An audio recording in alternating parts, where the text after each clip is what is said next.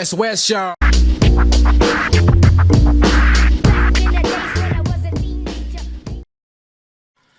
Your Misty Blue came out. It's a good time to have a whiskey.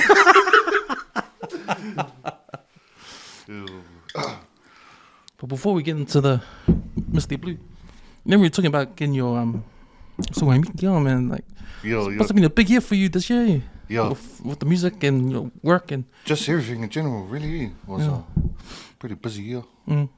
Yeah. So October, beginning of October when I did my bitter. Yeah.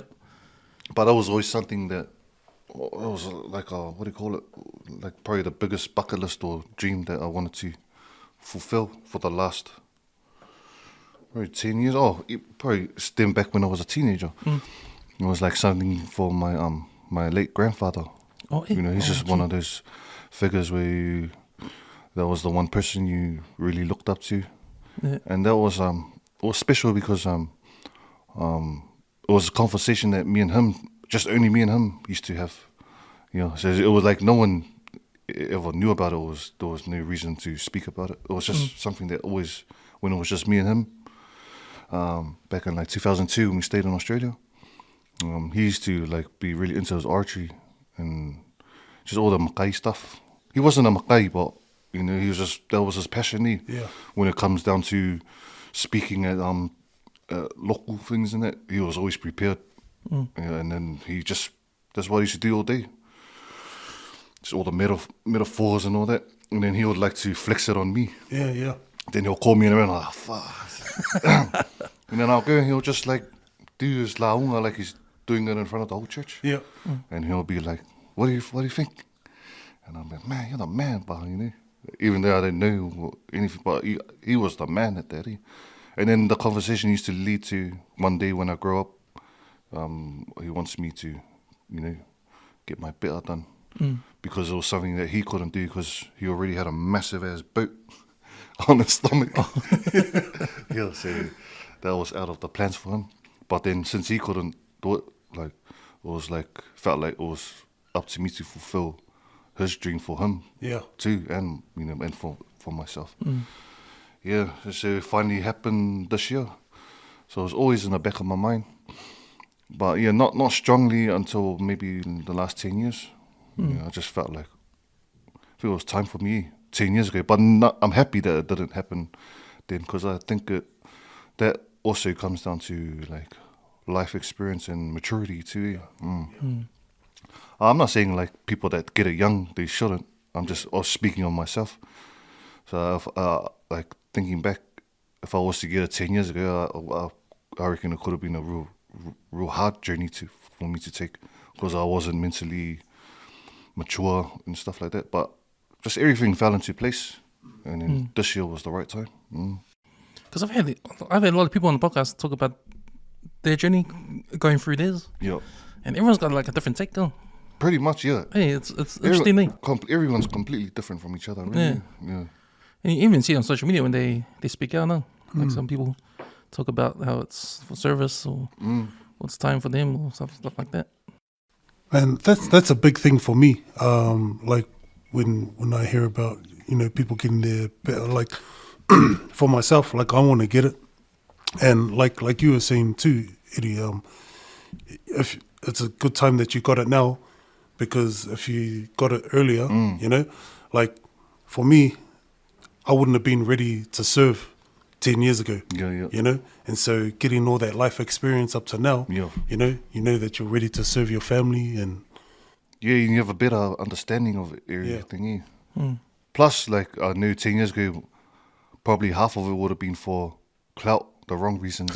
Yeah. But just everything just felt so right this time, and I think that's what helped with me having because I had a really calm journey. A lot of nerves leading up to it, you know, stuff, and a lot of things play in the back of your mind. Yeah. Even like negative thoughts. You know, like, man, like, what if I can't do this? You know? You know, just on the physical side.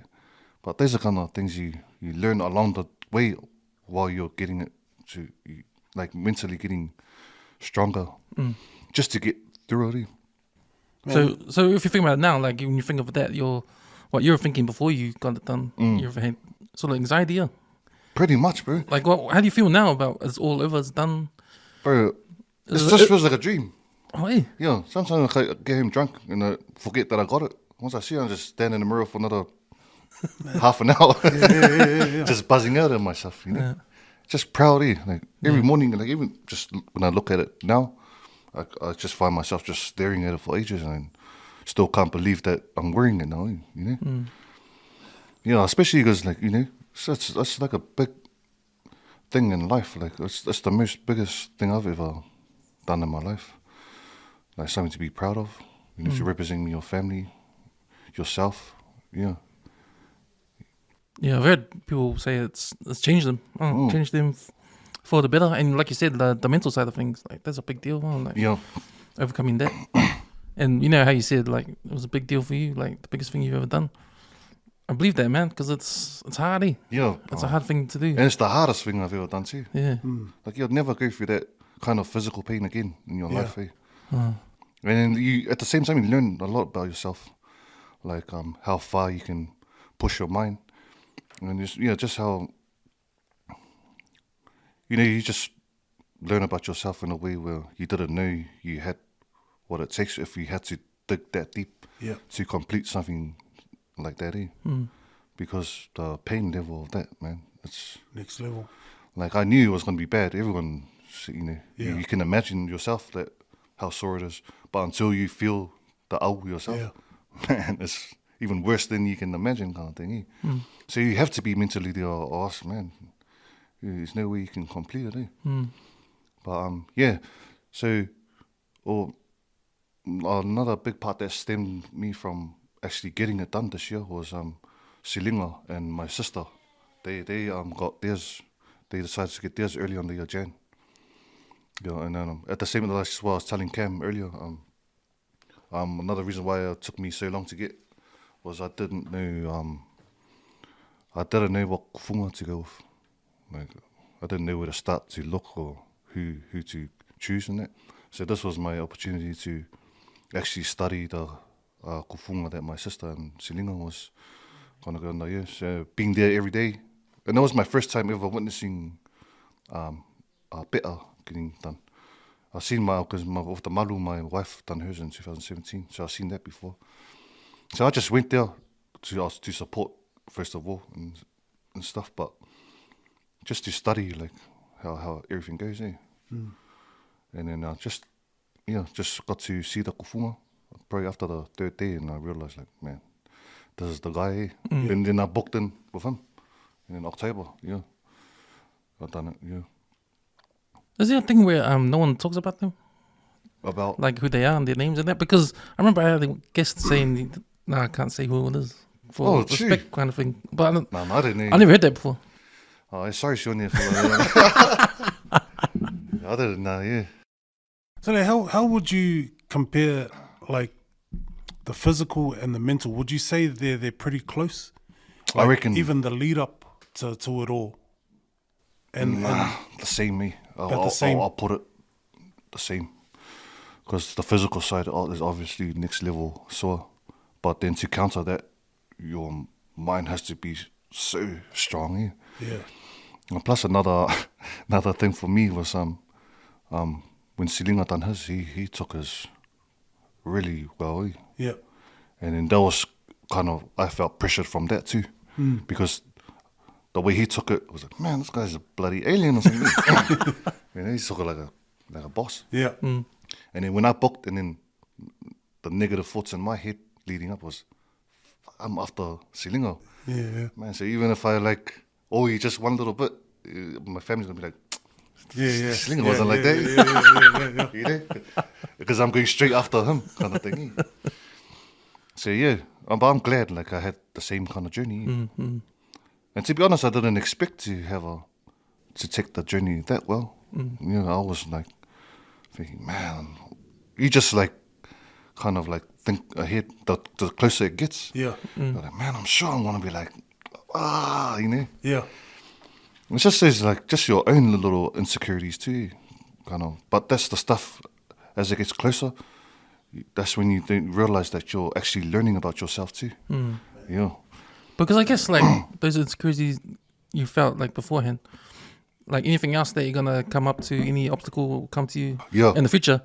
Like nothing's gonna compare to what you did. And exactly, like that was one of the main things. Like when I completed this, and the way that I completed it for myself, those kind of things came to me. Like, man, if I can do this, anything in life I can conquer. If I got through this, and it kind of surprised myself too. Going through a really good journey like that. But now it's cool now because I get to pass my experience on to all the other brothers that are planning to get theirs. And it's a real good feeling too. Like, you're getting to help, and it feels like it's part of your service too, because you wear it. Like you owe it to your people too. That's gonna get it too. So it's always a good thing. Like, so multiple people that I've been texting ever since that. And the cool thing is, like, because they saw my journey through stories in it, and it was like it was obviously my journey looked calm. So then I think that's what made them text me, like, man, how did you take it like so well? And so I get to like pass my experience on to them, and then if it helps them, that's a good feeling itself. And I guess with everyone else that already has theirs, like now there's like kind of like a brotherhood now. Like everyone knows your journey now. Like, hey, like you've got it, I've got it, man. That's another thing too. Like now, like when you sit down and talk to your friends that have it, that's pretty much what you just talk about for hours. So we'll just all sit down. It was just like comes like a little community. And you just pinpoint. You just pinpoint different areas. Bro, what about your knee? Nah, my awangas was the worst. So going back to you were saying your journey was on your Instagram stories and that. I saw, man, like you had a village around you. Like your support system was huge compared to like I've heard of some guys, they just go in by themselves or them and one other, and that's it. How was you having your support system? Man, even that, like there was a lot of random things were kind of off with me that helped me. So I appreciated just having that support system. But for me, like the more people that were there, the less it was helping me. Oh, real? Yeah.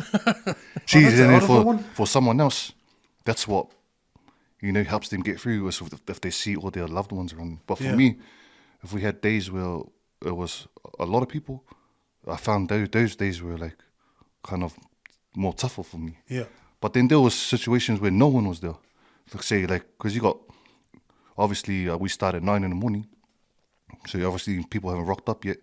And in my family, like after first couple of days, it's not like a buzz for them anymore, like to be there all the time. Yeah. So they'll just go back in the house, roam around, do for hours and get ready for the lunch and it. And then I'll find myself, just me and the kufunga and the kosos. Yeah. And those were my strongest points, when no one is there. Because for me, it felt like, you just see all these eyes just looking at you. Yeah. And it just felt like everyone was here to observe my pain. Yeah. Everyone's got it's different. Everyone's like mentally differently. So that's the way I saw it. But at the end of the day, like, I'll think about it and I'll just appreciate seeing everyone. I want to talk to everyone and just thank them for coming to support me in that.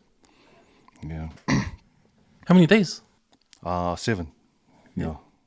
And that's the way this tufunga is structured. So no one's less or more days. Everyone, once you book with him, everyone's 7 days under his duration. And it was solid because it was 9 to 5 too. So you can actually plan everything. Everything's structured around that time, because it just falls within that time. Like no earlier, no later. Yeah. And that's a good way to do it, eh? Man, that was the best way to do it. Yeah. So yeah, man, like if anyone looking to get there better, I highly recommend Sione Su'a. Yeah.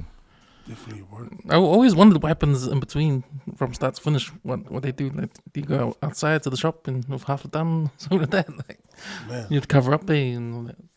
But man, that's why I say like as bad as the physical pain was, your mental game had to be really up there. Yeah. Because it wasn't just during the time that you're getting card. Your mind has to be positive, like 24/7. Yeah.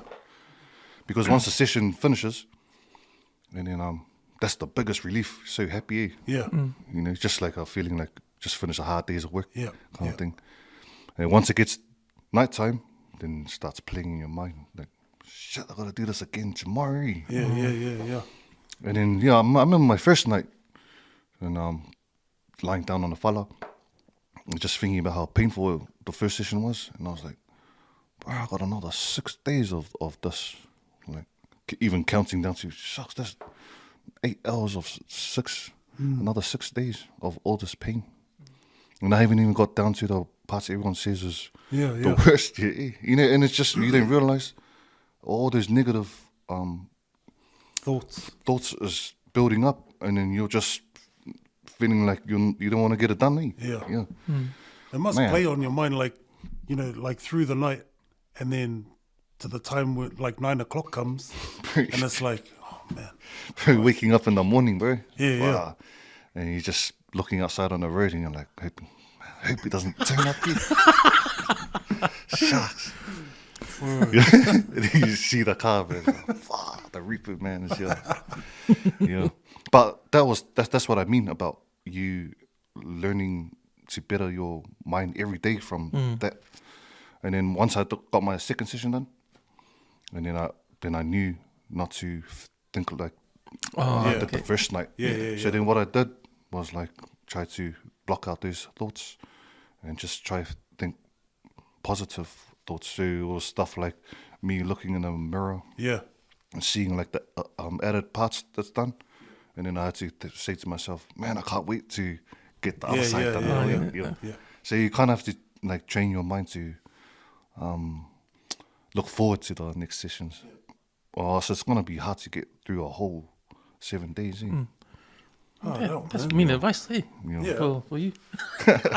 Man, like you were saying, like it's no easy feat, like physically and mentally, you know. So like going into it, you'd have to be really prepared, you know.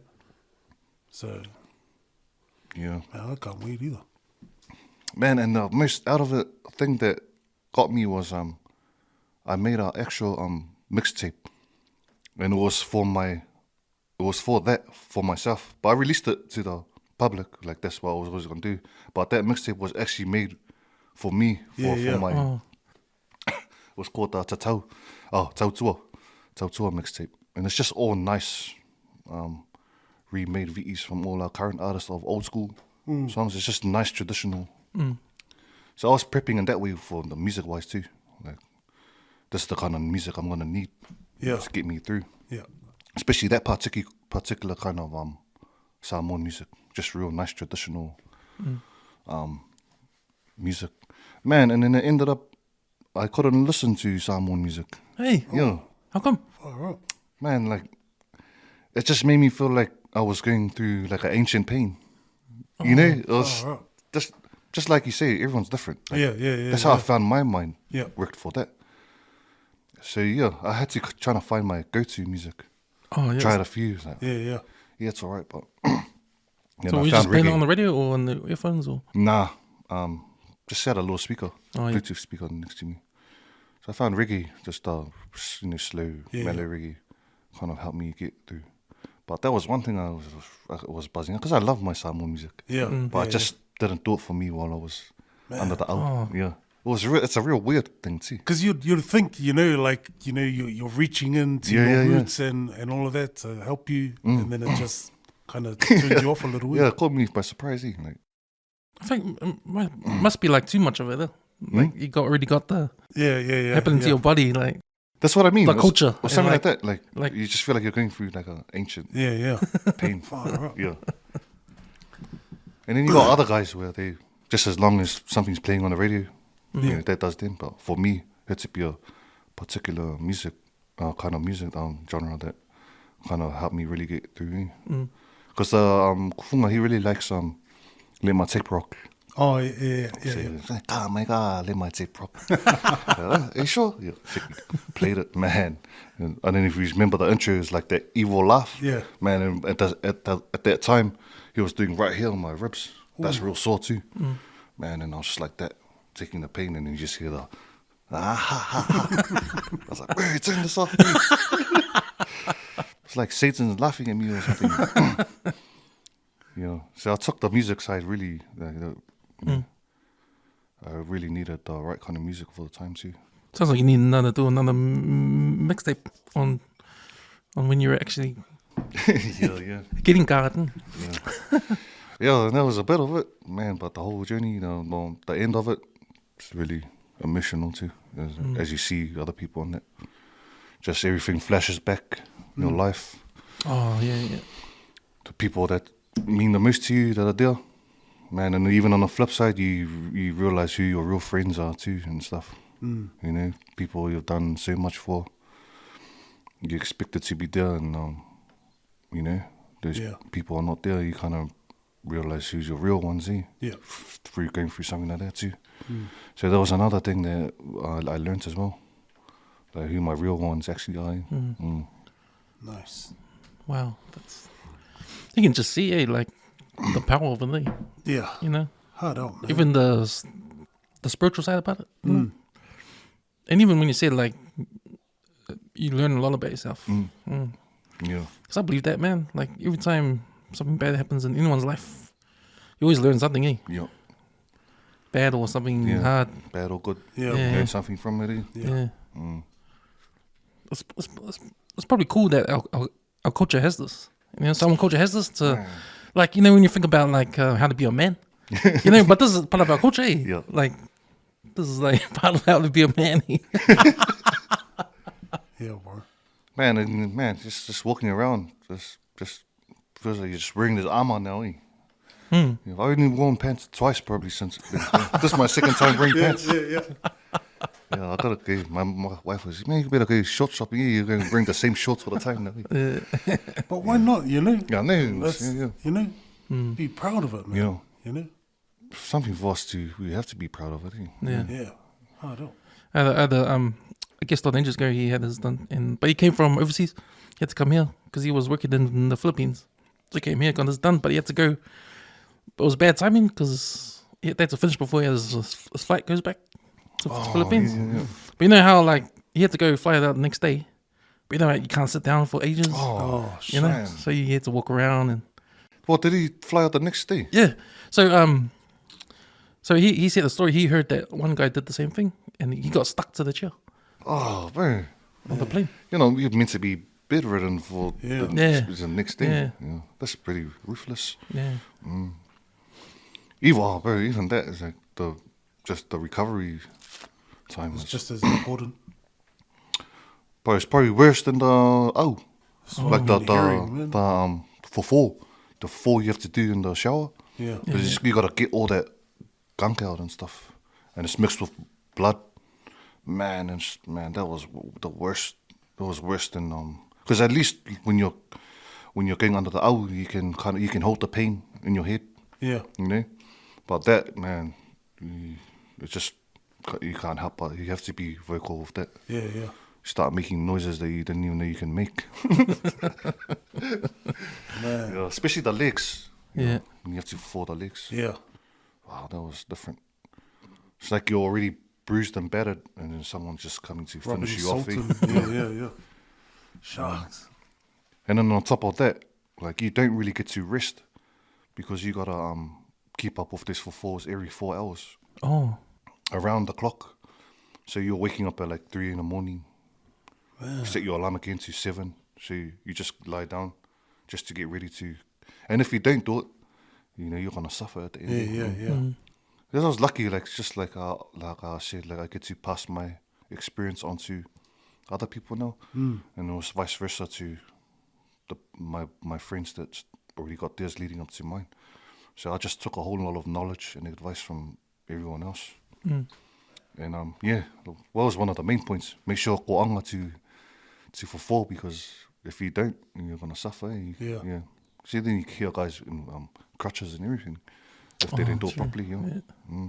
Even infection. Yeah, because of that. That's the main thing. If you don't fulfill, man, just that everything will just scab up. Shucks. Did you have a partner? Oh, yeah. Yeah, I had a partner, my cousin. But we didn't actually soar together like we were meant to, because the situation. That's what was the good thing about watching Selinga and my sister do theirs. So by the time I came to do my one, we already knew how everything goes. Yeah, so in that 7 days, for one person, you got to host it. Even that's not a hard job. You actually need a tribe of people. Yeah. Just all the food, how everything goes in our culture. So yeah, if we were to soar together, that means it would be 2 weeks, 14 days worth of hosting. And plus my cousin, he comes all the way from Papakura, and I was doing mine out here in Massey. Yeah. So there was no way like one of us were going to be going back and forth to one house. So the way we did it was I'll go first, and then host everything from my house with my family, and then he just starts straight after me. So I finished on a Tuesday, and then my cousin started on a Wednesday. Oh. So he was coming out to see me, Massey, and then when I was finished, then we finished off with him in Papakura. Yeah. And he's done the whole celebration then? Yeah, because my one I didn't really get to celebrate properly because finished on Tuesday, and then obviously the Kofunga, he couldn't stay and celebrate because he had to start my cousin the next day. And I wanted to be there for my cousin on his first day too. Yeah. So I just had like 4 or 5 beers. Yeah. And then got ready to go support his first day the next day. And then when he finished, we just had a massive celebration together. Nice. Together with for both for me and him, and the Kofunga and the team. Nice. So that was good. My lord, bro. Man, that was. I know the story, behind the name DJ 651. But are you sure that's not the amount of days you worked this year? No, I'm being for real. Like, if I can recollect this year just gone, right? Like your journey. So if you weren't DJing birthdays and weddings, I was doing mixtapes. If I wasn't doing mixtapes, you were doing like bar gigs. If you weren't doing bar gigs, you were overseas doing gigs. And then even a few times I've seen you do a few festivals. Like your year this year has been busy as. Yeah. It's blessed, eh? Just real hard work that I've been doing in the past is like pretty much come back and just made everything feel automatic now. But even saying that, like I was meant to take this whole year off gigs. Oh, it just seems it seems like it was busy. It was busy, but it wasn't meant to be. Like because I was just meant to concentrate on my mixtapes, and I'm slowly getting into production. Nice. I want to make the switch soon too. So then the gigs that were coming up, like I wasn't doing any private gigs this year, like weddings. So just anything that was like for close family and friends, then I'll do a one-off gig for that. And then like promoters will hit me up for shows, and then like those are hard to say no to. Like, even if you've saying you want to break from that. But once you see it pitched and you see the lineup and I'm gonna do this. So then the way I was thinking, I'm just doing one off here and there. Yeah. But then the way it was accumulating, I was like, man, I'm busy, really. But it was funny because by a big coincidence, like all these shows that were coming up, and like a couple of smaller ones I was doing overseas, it happened to be all in one stint. So then I found myself going to Australia every week for 2 months. 8 weeks. One of the 8 weeks was Samoa for motherland, but the rest of them was just back and forth to Australia. You know, I didn't intend it to be like that. I was like, I was meant to have like a year off this stuff, and just happened to keep doing it. Because when there's Australian gigs just coming one by one every week, they ask you, or did they plan it out for? Yeah, some of it, but then the ones that weren't planned, they just happened to fall in the gap of it. Oh. Yeah. So they need to strip that title of Pitbull, Mr. International, and Nah, not even, man. give it to you, man. Yeah, so the last one was good because it was a 2-week holiday in Melbourne, and that also happened to be part of the whole stint too. But it was the last one. Yeah, so then you go there, just meant to spend time with my family. But the way it goes when people find out that you're there, man, that's their ticket to grab you for a gig, because now they don't have to pay for your flights or anything. So then I ended up doing a couple of gigs when I was just meant to be having Family time. And then in that 2 weeks, I landed another 3. And that was back to back with that too. So it was meant to turn into 11-week stint. Yeah, so the original plan was after the 2-week holiday, my missus and the kids were going to come back, and I was going to go straight from Melbourne to Alice Springs, to Ken. Where Ken is, because he had a gig for me there. But then before our trip ended, I just realised I'm stuffed there. Like, I'm just going to cancel the remaining 3. Yeah. You know, just rang also Ken, he understands. Yeah. But luckily it was a situation where it wasn't too important for me to pull out of. You know, everyone was like, oh yeah, that's all good. So then I kind of just finished it there. And then just came home and just concentrated back on my mixtapes and stuff again. Because we had you on the first time, and you just quit your job, and then COVID happened, and then we went through that episode and talked about it. From then to now, man, you've like overtaken a lot of guys that want to make DJ a career, and you've actually made it a career for yourself. Like, that's your full-time job. Yeah. You know, you made, and it was a passion of yours before, but you made something out of it. Huh? So, man, do you look back and think? Always, bro. You know, kind of that, just to keep myself grounded too. Like, sometimes like things feels normal. You're not too excited about certain things anymore. And then, like, for me, I have to take a step back, look back in the past, and think, man, if this was me in the past, these things that are coming up now would have been a dream for me. It still is like a dream. Yeah. But, so I think with anything, you do it so much, you kind of get used to it in a certain way too. As in when you first started, it was like, man, I can't believe I'm here right now. So it takes me back, and then it makes me reappreciate things that are currently happening now.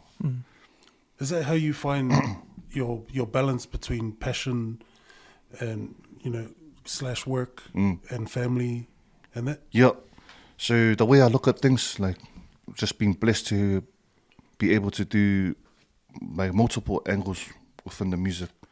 So hence why I was telling you about this was meant to be a quiet year for me with not doing gigs, because I was in a position where I can afford to. Like, if I don't want to do gigs, I got my mixing side to fall back on, and that's my like main passion anyway. Yeah.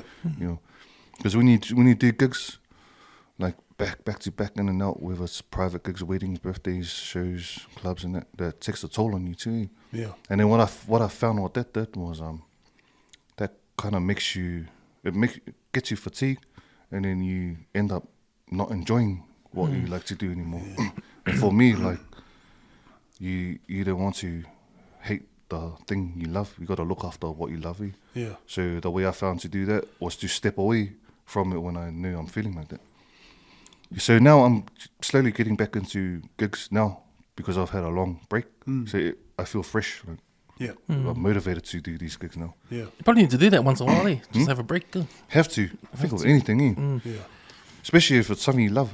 Yeah. Once you start hating something you love, it's dangerous. Yeah. You gotta do something about it to look after. Yeah. So I know I'm pretty busy again now with the gigs.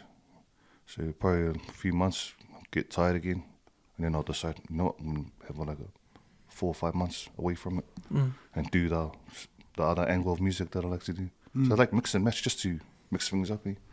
You were talking about production, the production side. Have you thought much into getting into that side of it? Man, for a while now, for ages, but then it's one of those things where you can't do everything at once. That's hard, eh? Yeah, like for me personally, when I fully get into production, I don't want to just come and just blend in with everyone else because everyone's a producer now. Yeah. And man, there's mean producers now. Yeah. I don't want to just come and be an average Yeah. producer. So it's something that I knew I have to take my time, learn this, learn that. Once I knew that I'm up to scratch with, because producing and DJing is a whole different thing, you know. Just because you're a good DJ doesn't mean you're going to be a good producer. It's just a whole different aspect of music and skill. And just because you're a good producer doesn't mean you're going to be a good DJ. Yeah, so that's something that's always been in the pipelines. And it's like a fallback plan too, because I didn't plan to DJ forever. Yeah. So yeah, I want to fall back to production. Man. And there's good money in there too. Because it's a case of producers that, like, even guys that work their way up to be a producer, like, they just have their stuff there, and artists will say, oh man, I like that beat, I'll go. Yeah, it just depends the way you look at it. If you want to make money for how good you are, and there's a lot of guys out there, man. They inspire me. Yeah. For that stuff too. So it's just all in the pipeline. It's just a matter of just trying to time everything.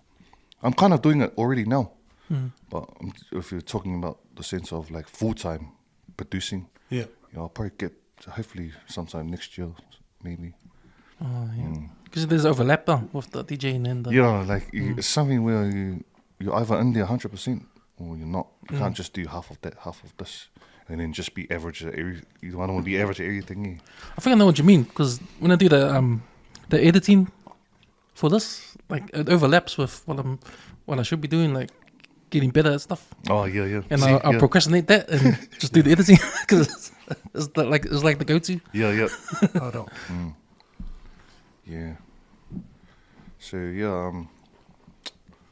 next year we've got some different moves coming in it, and I think that's important too, not to be doing the same thing every year. Yeah. And it's good meeting new people too. Leads you into something totally different. And just I've learned to network a lot, like over the time. That's a big part of it too, eh? Yeah, bro. Yeah, networking. Just the same, like with me and Cam, you know. Man, like just getting to know Cam, I appreciate this guy because, like, stuff like popping, remember? Man, because that mixtape, it was done really good. Like, it was popping, and then once it gradually started dying out, man, all of a sudden, just boom, came back. All these people, new people were buying it. Oh. And then I realized Cam just posted this video. Yeah. It was like, was that the like NSYNC one and all that? Yeah. Oh yeah. So, like, I still get comments today, like, "Oh, where do we get the mixtape?" You know? And it's like 3 years later. I'm like, sorry. Shucks, it's that long. Yeah. So I always appreciate even networking with, like, I never thought I'd be even networking with people outside of what I do. And then you realize, like, it goes hand in hand. Yeah, you know? it does. Yeah. It does. What Cam does is totally different to me, and you know, we can like combine and help each other's platforms, kind of thing. 100%. Even in Australia, like a lot of networking over there. Yeah, pretty much. Maybe even more over there than over here, really. Is that like with club owners or more so like other DJs or Nah, more promoters, DJs as well. Yeah. Because a lot of DJs now is DJ/promoter, half and half kind of dudes. Yeah. Not so much. More nightclubs. I'm kind of out of that scene now. Yeah. Gotta know when to stop. Like, you can't be like 50 years old and DJing for 18-year-olds in a nightclub. Yeah. So I remember I went to Brisbane in 2005. That was the last time I went there, and I went to a nightclub, and just the way that they have the DJ and the MC, I've never seen anything like that. And like, we didn't have it in New Zealand at that time. Yep. And I was just thinking, like, everybody over there, I noticed, were going, they weren't going because of the name of the bar or the nightclub. They were going for the DJ. They would go to the DJ. They don't worry about the bar. Oh, yeah. And the DJs will go around and they'll just follow where the DJ goes. Yeah. So that was and I was like, wow, I've never seen this before. Like, I see it it's like a little bit different today. Like, I see like the DJs kind of like got a barrier kind of thing around them. You know, like fuck off, I don't want to hear your bloody request, you know? So they put up like this barricade kind of thing and the crowd's over there, you know? Yeah. But I guess that's a good thing too, you know, like kind of keep the crowd away, but because that must be annoying, man. Like when you've already got your set planned and then it's like, oh, can you play some Bradley? Fucking beat it, bro. Yeah, bro, that's annoying. I bet, man. But, man, sometimes it kind of helps too. I think I might have spoken about this in the last podcast, but sometimes people's requests can trigger like something like, man, why didn't I think of that? Oh, yeah. But that's probably like only 5% of the time. Yeah. Yeah. So, no, I don't want to play your request. Mix it in tomorrow. Bro, yeah. Shucks, that's out of it, bro, because even that just makes you, just when you see someone walking up to you, Yeah. then you just start getting angry straight away. And they're just walking up to you. Straight away, you think, nah, fuck, he's going to ask for a song. But it comes with the job, I guess. Yeah. You know. Man, I'll be blasting your latest mixtape, the Mixtape Blue. Sorry, man, that's you too, eh, man? Bro, this is like my new work jam, man. You know, it's just constant. You know. That's why I put out the Yeah, man, the whiskey because of the mixtape, man. But it's bad because like you're at work blasting it, and all you want to do is just pop into the liquor store and. Man, that was the main purpose for that, eh? I was listening today and I was thinking, man, I was trying to think of the scene where I'm at. So I had a couple of scenes. The first one was like I'm at home, it was night, in the lounge in the rocking chair, the fireplace with my gold label, just listening. In Texas. In Texas. And then my other scene was at the bar, on the stool, at the bar. The bartender's there. Just got both elbows on the thing, whiskey. And just taking the drink. Yeah, you by yourself in the corner. By myself with the dim light. Yeah, all of a sudden just hit all the bottles off the table. But man, that mixtape, like Mixtape Blue is that song we all know. But did the concept of that whole mixtape come from just that one song? And because to me, like every song had something in common. They all had something in common. Yeah. And it was that same beat. But it wasn't the same beat. Yeah. But it was a variation of that same beat. It was the mood. The whole mood was the same. And the other thing I noticed, a lot of guitar in the mixtape too, which was pretty cool. That's pretty much the concept of that genre, or electric guitar licks, isn't it? Yeah. Yeah, so that beat, like feeling you're talking about, those are called 3/4. Thank you to TJ Tuala and Avina. Because I knew it's a swing beat. It's not an ordinary rhythm. Oh. So that's what was so hard for me to write this up even, because it's not common. Like you didn't hear anyone even mixing songs like that together. Yeah. But for me, I think it was a good time for me to challenge myself to do something different, because I've already done over 30 tapes by now. They all work around the general rhythm, the ordinary rhythms.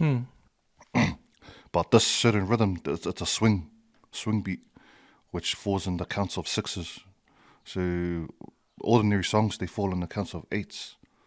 Yeah, I know it doesn't make sense, but no, it makes sense. I mean, I'm probably not explaining it like as good as someone else would, but. Yeah. There's a big difference between 6 and 8, I think. Or sixes. So the beat rhythm is just a whole different swing, whole different way of counting it. So because of that, is it hard to find a song to match? Exactly. So this mixtape took me 2 years to write it. Hey, so I remember drinking. I forgot who I was drinking with, and just that song Tennessee Whiskey was like, man, imagine if you made a mixtape with these songs. And I was like, truly, because I write my stuff up. Like, that's probably a story I already shared on the last podcast. Straight away, just wrote it in my phone. So that was the very first song, Tennessee Whiskey. And then we're just saying, what else would go with it, man? And straight away it was a mission to think about another 5.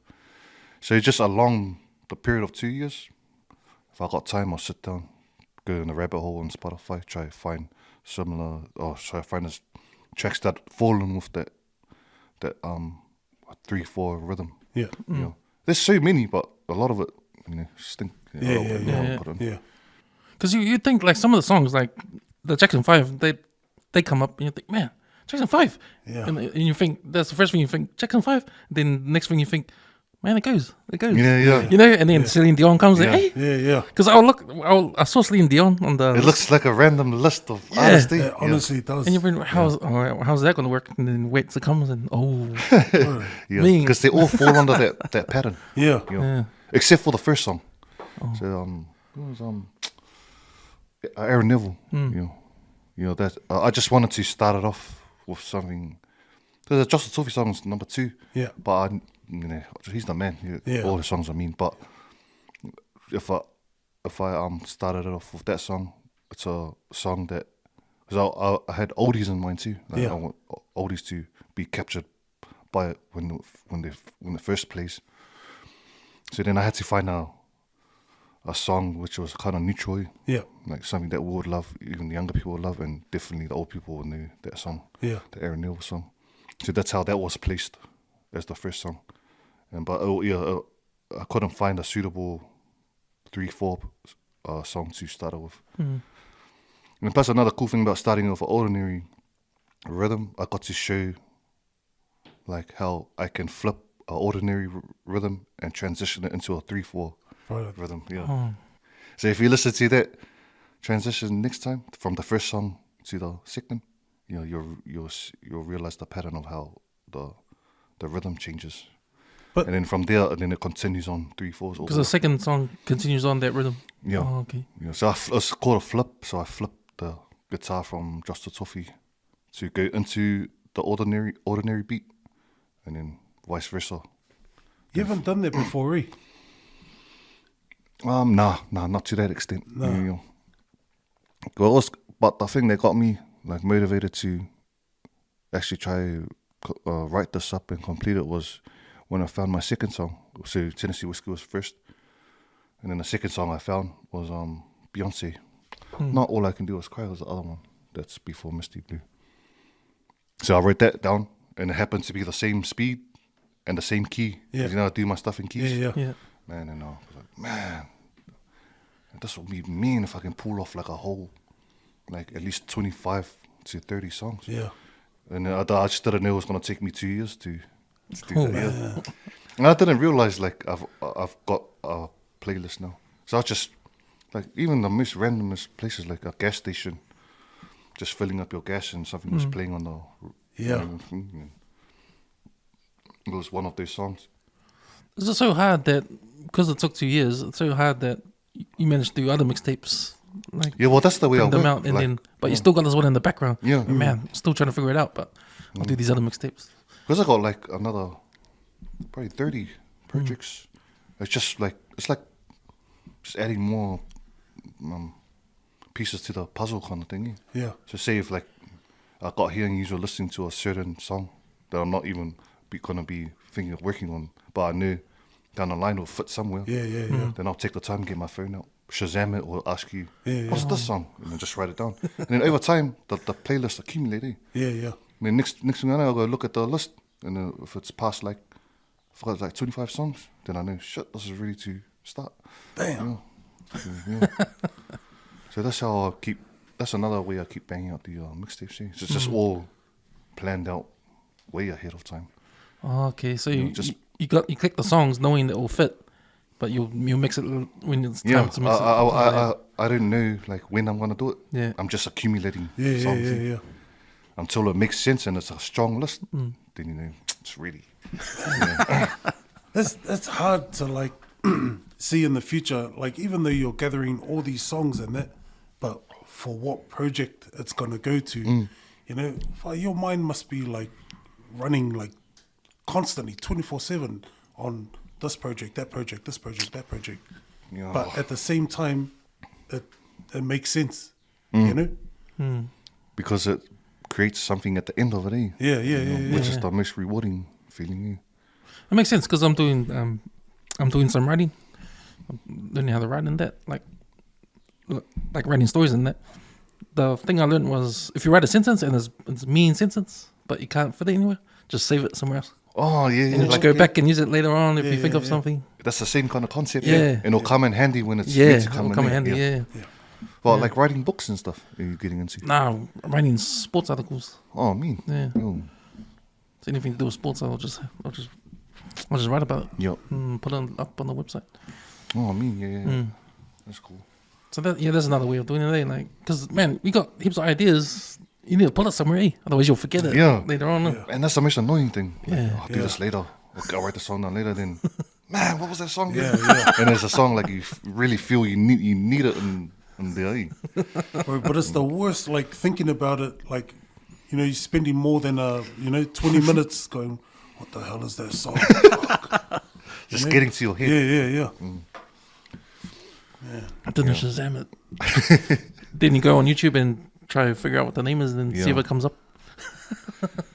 Next thing you know, you're watching like these mukbangs and shit. 2 in the morning. Man. Yeah, man, that was a cool mix, man. Bro, that when the Teskey brothers played, man, that's stiff material, man. Yeah, very. So those were the last guys I discovered. Oh yeah. Yeah, and then I knew, man, they just put the icing on the cake for the list. Because my missus showed me them. Yeah. So she's another person, like my main person, like Of music. okay, hey, what are you listening to? Yeah. And then we'll sit down, and then we'll get to the point where she starts getting to Fia Poko to my project. I'm like, nah, you don't know, it doesn't fit. And then we'll just argue from there. Yeah, but she helps a lot with and she's my most like truthful critic too. Yeah. She'll tell me straight, nah, that sounds stink. And I'm kind of not used to that kind of. But you needed it. Yeah. Yeah, because I know like no one else will tell me like that. Yeah. And she kind of grounds me with that in that sense too. But at the same time, I'm like, you didn't even know what you're listening to. Yeah, that's how the argument started. Yeah, I do the same with my wife and my brothers too. Like, if I send them skits before I post them, and like I don't get a response, that goes into the bank, and just I save that one. Yeah. Shucks. Oh, is that how you like confirm what you're gonna upload in it? You run it through your brothers. Yeah. Shucks. So like they're my go-to critics, because they'll tell me straight too. True. Yeah. They'll say, oh, this part was dry as, but Oh, then you'll like change it around. Yeah. And not that those guys that those people that message you. That post. Did you see this post? No.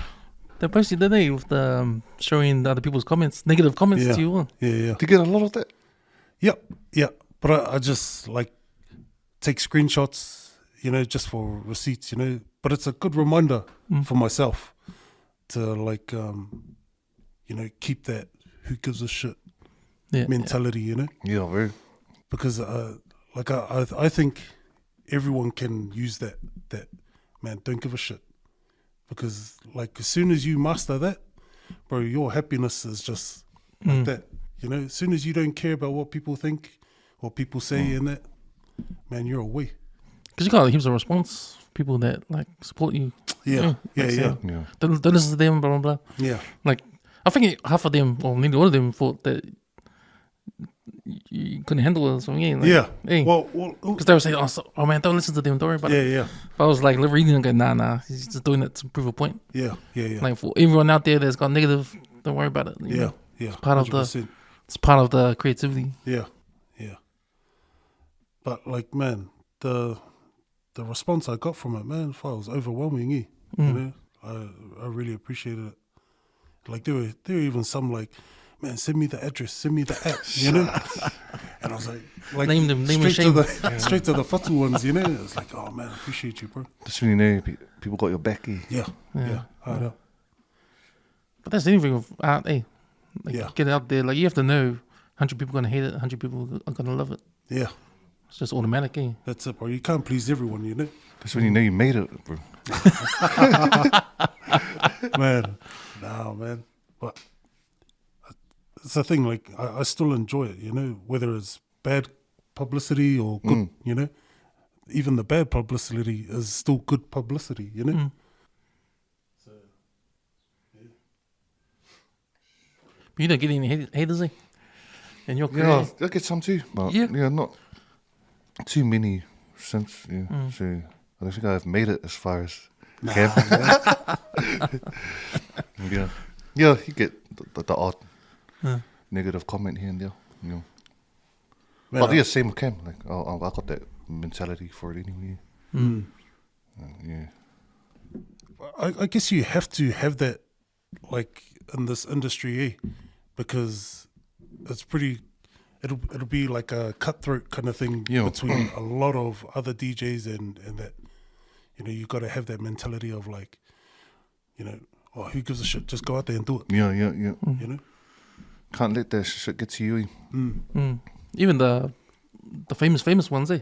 yeah. Bruh, Like- I wonder how they deal with it. Well, I'm guessing they have like hired people to deal with all of that, eh? Where they can just focus on, you know, the main thing. Yeah, there's no way they can keep up with their private messages and comments and that. Yeah, hard out, bro. Yeah, they'll hire someone to do it. They just won't do it. Eh? Yeah. Like, just ignore it. I mean, when was the last time you DM'd the famous people and got a response? You know? It's just might as well it's just like messaging a robot. They need. Yeah, Eddie not gonna responds see it. to me all the time. So.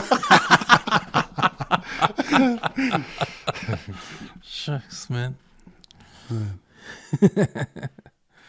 Wow. So, is your favorite? No more jobs till Christmas? You cancelled everything? Nah, so Oh, you still got some gigs the coming way I up. was meant to play out was I was meant to get back into it in March. So I was meant to rest from now till March. That's a good but long, then, long break. I just did it's like I said, like I'll still do gigs for close family and friends. So I did a wedding for one of my close mates, and the next day I ended up doing a last minute gig for another close mate. So I just posted stories about those two gigs. Yeah, and then man, I woke up on Sunday from the Saturday one, and I was straight away it was like inquiries for all these gigs. It was like 20 messages for gigs. But then at the same time, I felt good doing those 2 gigs anyway because I haven't done it in a long time.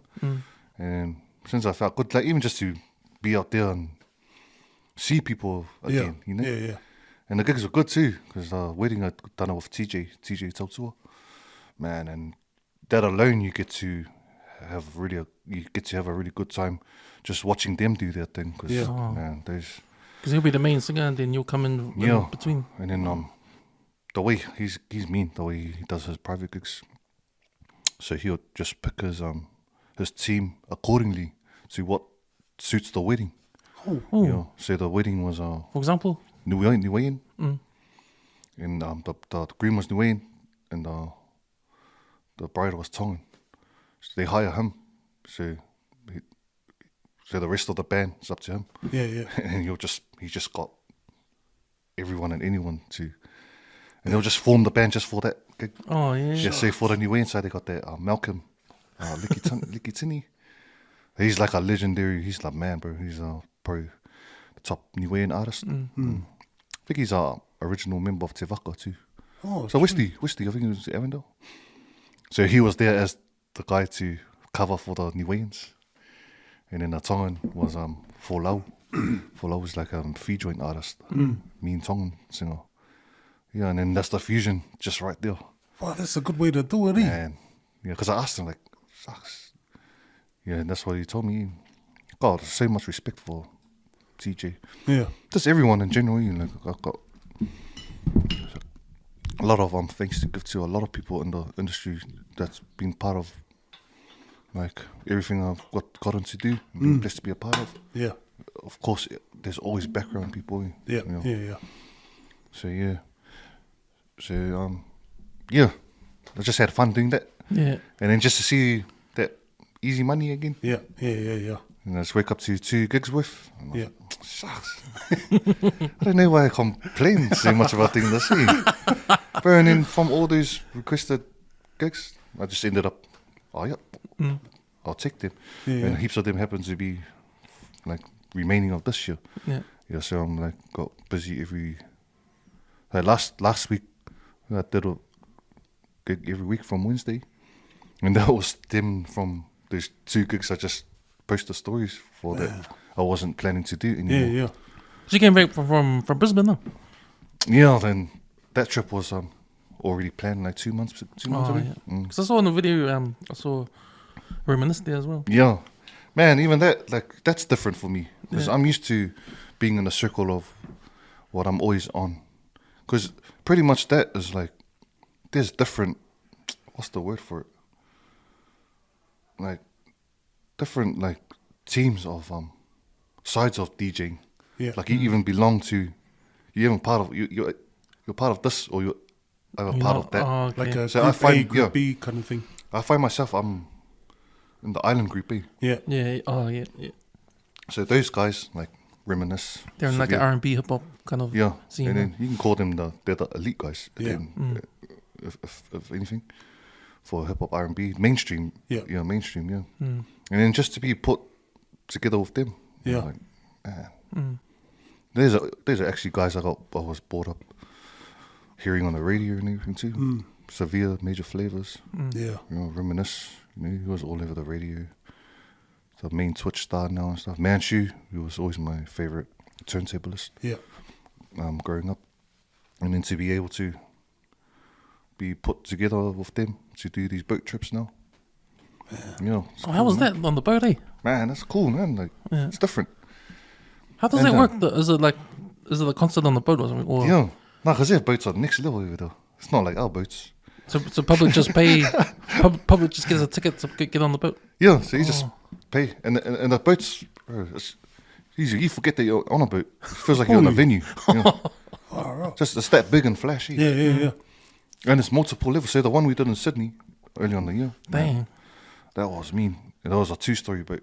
But then the one we just came back from last week, Brisbane, that was a 3-story. Yeah. And it was cool the way Peter Gunn's he set it up different, like, so he split us all on these Levels. these Different 3 levels. Oh. but every level was a certain genre. Yeah. Oh, true. Wow, that's bad. You know, so the rooftop, there was hip hop R&B, and then the middle one, which I was on, there was Afrobeats and reggae, and then the bottom level was old school 90s. Yeah. Did you just have like a little competition on where all the crowd was, or Nah, hey, sucks. just between each other? You know, like, If I was with like certain boys that were really close, we would have sparked up that kind of competition. yeah. You know, But that's an awesome, like, different lineup, eh, of songs, like genres. yo, That man, everyone will go to that, eh? Like, Yeah. pretty much. So everyone knew like what kind of music they like. And Yeah. they knew what floor to belong to. Yeah. Hard up. But you just find yourself just going up and down. Just, right. you know. It's especially cool at the top because it's open. Yeah. But even just to be like a person, being there, that would have been mean as. Yeah, just to be part of it. Yeah. I think over there, man, because those guys they're way ahead of us, eh? So I think that's the most trending thing over there now. You know, us just get ready to go to nightclub or something every weekend. But these guys are just getting ready to go on boat trips every week now. It's like over here, it's change is hard, eh? Like nobody likes change. Yeah, man. It's that, or everyone's serious about health and safety. You can't do nothing. Can't have a fire on the beach. Yeah. The only thing I find about the boats is always too short, eh? Yeah. 4 hours is not enough, man. By the time you're really having fun, the boat's coming back. Yeah. Back up. Yeah. You know, it takes, So you're kind of at your peak by the time 3.5 hours. Yeah. And then next thing you know, oh man, we're back. Yeah. Yeah. So you reminisce from New Zealand going over for this gig, and the other DJs. Yeah, no, so the theme of it is called New Zealand All Stars. Oh, You know, so it's kind of based around like us coming over. But then half of the other lineup, they'll get locals. Okay. You know, so it's good to meet all the local boys too in Brisbane. You get to meet the local boys wherever you go, kind of thing. Yeah, so it's based around like us coming there and they called it New Zealand. And that's the thing that buzzes always gets me. Like, I get to be part of this part of them, group called New Zealand All Stars. Nice. And it's like the likes of Jordan Lee, Manchu. So yeah, it's different. It's a different scenery too. Like, you know, they got like different personalities compared to my 4 boys that I know from here. Yeah. You know, and it's nice, good to meet them. All a bunch of cool guys, eh? Is that going to be an ongoing thing for you, like the New Zealand All Stars thing? Yeah. So I think Peter's he's just got these lined up multiple times during the year now. Let's go, man. Fuck, bro, that's me. Something New Zealand should think Look about into, doing. Yeah. I'm sure someone is trying to look into it now since it's popping off over there. So they get me a yacht, bro. Fuck, we're on, man. Yeah. But that's what I meant, man, about you, about your journey in your career. Like, you made it. You're with DJ Reminisce and those guys, you know? And I think, like, because you getting into the mixtapes and doing all that, that's pretty much part of it too, eh? Because people want your mixtapes, you know? And who else is doing mixtapes on the level you're doing it? You know, everyone's doing gigs. Like these guys you went with, they're doing gigs. You know, they're playing at bars. Yeah. I don't think they're doing mixtapes. Nah. You're the only one doing it, but the way you're doing it, like everybody wants it. It's like, man, I don't want anyone else's mixtape. I want yours, you know? Be like for real, like Yeah. because like I've heard people right play your mixtape and I've heard it, you know, and I'm like, Sully, whose is that mixtape? And he's like, oh, it's just one of the boys. You know? I was like, hey, like I fucking trying to gatekeep. I already know you, Chief. You know, so like, bro, that's like next level, man.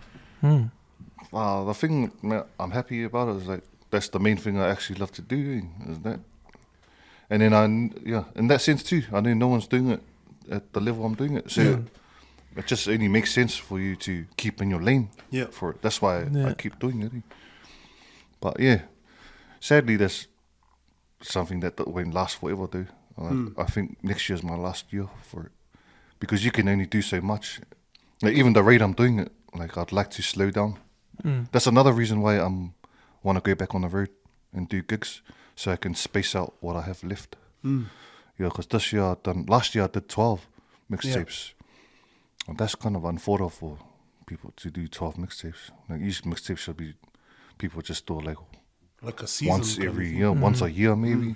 I pulled off 12, and like I made sure it was everything. The quality didn't drop. Wasn't any half-assed tapes or anything. Yeah. And now the thing that makes sense for like the way it's coming out oftenly, like I always see the demand for it. Like people pay like 10 mixtapes in advance from now, not even knowing what the next 10 is. Oh, hey. Yeah, there's a lot of that too. Not even asking if I am gonna do another 10. You know? Don't care, man. Just make sure I'm the first one you email. Yeah. So those are the kind of things that make me know like it's always relevant. Yeah. You know, I'm not doing like too much, like because I was crossing my mind like, man, I wonder if I'm releasing too much, like not leaving space. Yeah. But then if I go back to the feedback and comments and DMs and that, you know, people are just always can't wait for the next one, even though the one just dropped yesterday. Yeah. And they're always, man, I can't wait for your next one. You know? And then that kind of reassures me that, you know, it makes sense to keep going no matter if I'm dropping so often. Yeah. Because the demand is always still there. Yeah. Well, if it was a case like I knew it was drying out, then I knew, shit, I have to have a break, try to come back exclusive. I think a lot of it is the quality. Hey, you know, that's why everyone's like, man, when's the next one? When's the next one dropping, you know? And like you were saying, you know, throughout all your mixtapes, the quality stays the same, you know? It's always... Yeah. And you know how you're explaining how you made Misty Blue with the rhythms and the numbers and all that kind of stuff? You didn't have to tell me, because, man, I can hear it. Like, I don't even know what it is. Yeah. But that's the quality. Something different, eh? No, it's the quality of it. And I don't know what that means. I just know you did something to make it like that. Yeah. And I can tell if someone mixed these same songs, I don't think it'll be that good, or you know, it won't be that good. And appreciate that. Right? There's a reason why it's good. And I'm thinking, man, wonder what it is. And when we asked you, you told us, oh, there's 1, 3, 4, 5, 5, 6. And oh yeah, that's why it's good. That's why it's good. Man, but that's only like one aspect of it. Man, I can talk all day about everything else that makes it sound like that. It all comes down to like drum selections. Yeah. Like sometimes I'll sit there for like half an hour just trying to pick the right kick. Just a kick. And then you got so much to choose from. A dry kick, acoustic kick, hip hop kick, So you're just browsing, and you got to make sure you pick the right one because that's the one you're gonna use throughout the whole mix. Oh, okay. I mean, there's no rule that you have to use though. Yeah. That's just the way my brain is structured. Just to keep everything flowing, nothing changes too much. Yeah. A lot of stuff I heard in the past when the song switches. The whole quality switches. The kick was strong for this song. Now it's gone to a weak acoustic kick. And you can hear the difference obviously. Which is yuck. So it's just those little things like I pick. Like I don't want my stuff to be like that. So the kick, snares, claps, clicks, and then a lot of that will sound strong. Like when you hear snares, snares in it because it's all combined instruments. So I'll use an acoustic snare, and then I'll put a click behind it, and it doesn't have to. It could be like I turn the volume down, just so you can't hear it, but it's there. And that helps the whole sound come out nice and crisp. And not only that, it's like panning. Like that's a real cool thing I learned off my artist mates. Panning. When we work together, panning. I was like, what are you doing there? And it's like panning is where you spread your instruments out so you can get your kick. So if you think about the speakers, they're running directly like that. But if you got every instrument and all the instruments are coming out of both at one time, then that's when everything sounds too busy and clashes. I still get that problem now. But by panning, you're spreading the sound out.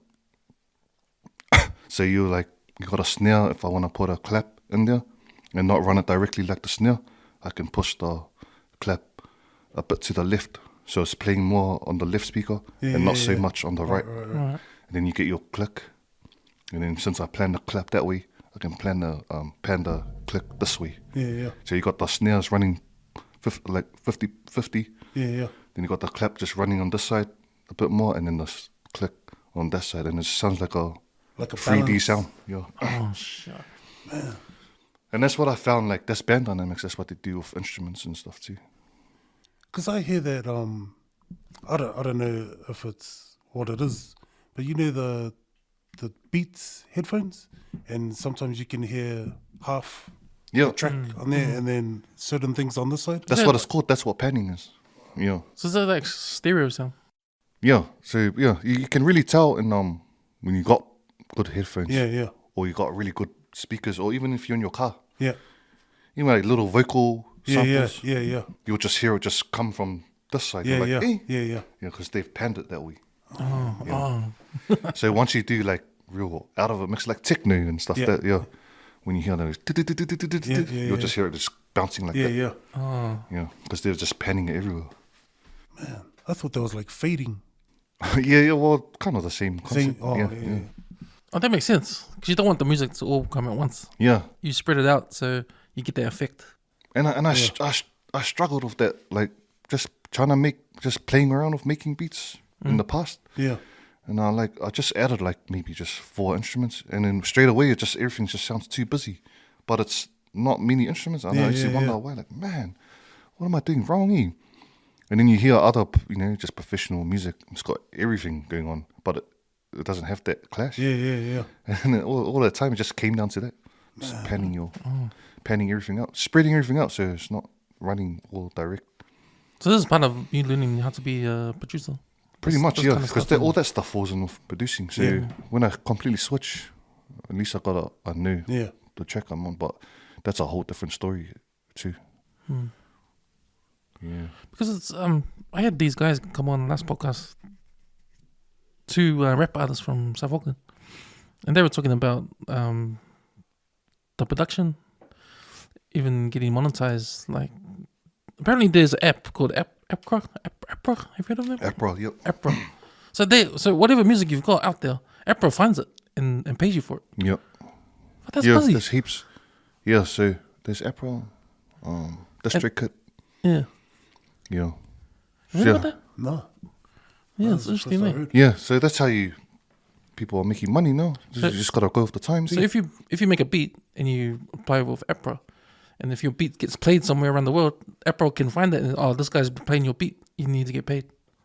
It's that kind of stuff. Huh? I'm not sure if it's that actual concept, but all I know is you sign your beat to those, what do you call it, distributors. So yeah, I'm under one now, which that's another blessing I got this year, and it's called Precise. Yeah.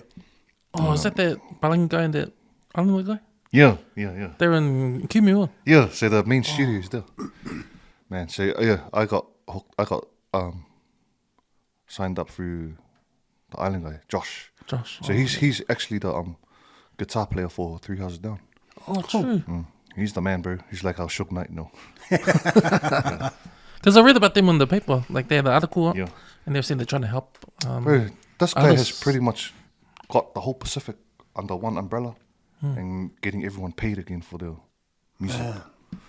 That's Smart, bro. that's so like what do you call it? You know, like about time this happened. Yeah. You know, because you hear so many stories. Like I just watched the doco on what's his name, Tom Scott, isn't it? Oh, I watched that too. Fuck, that pissed me off, man.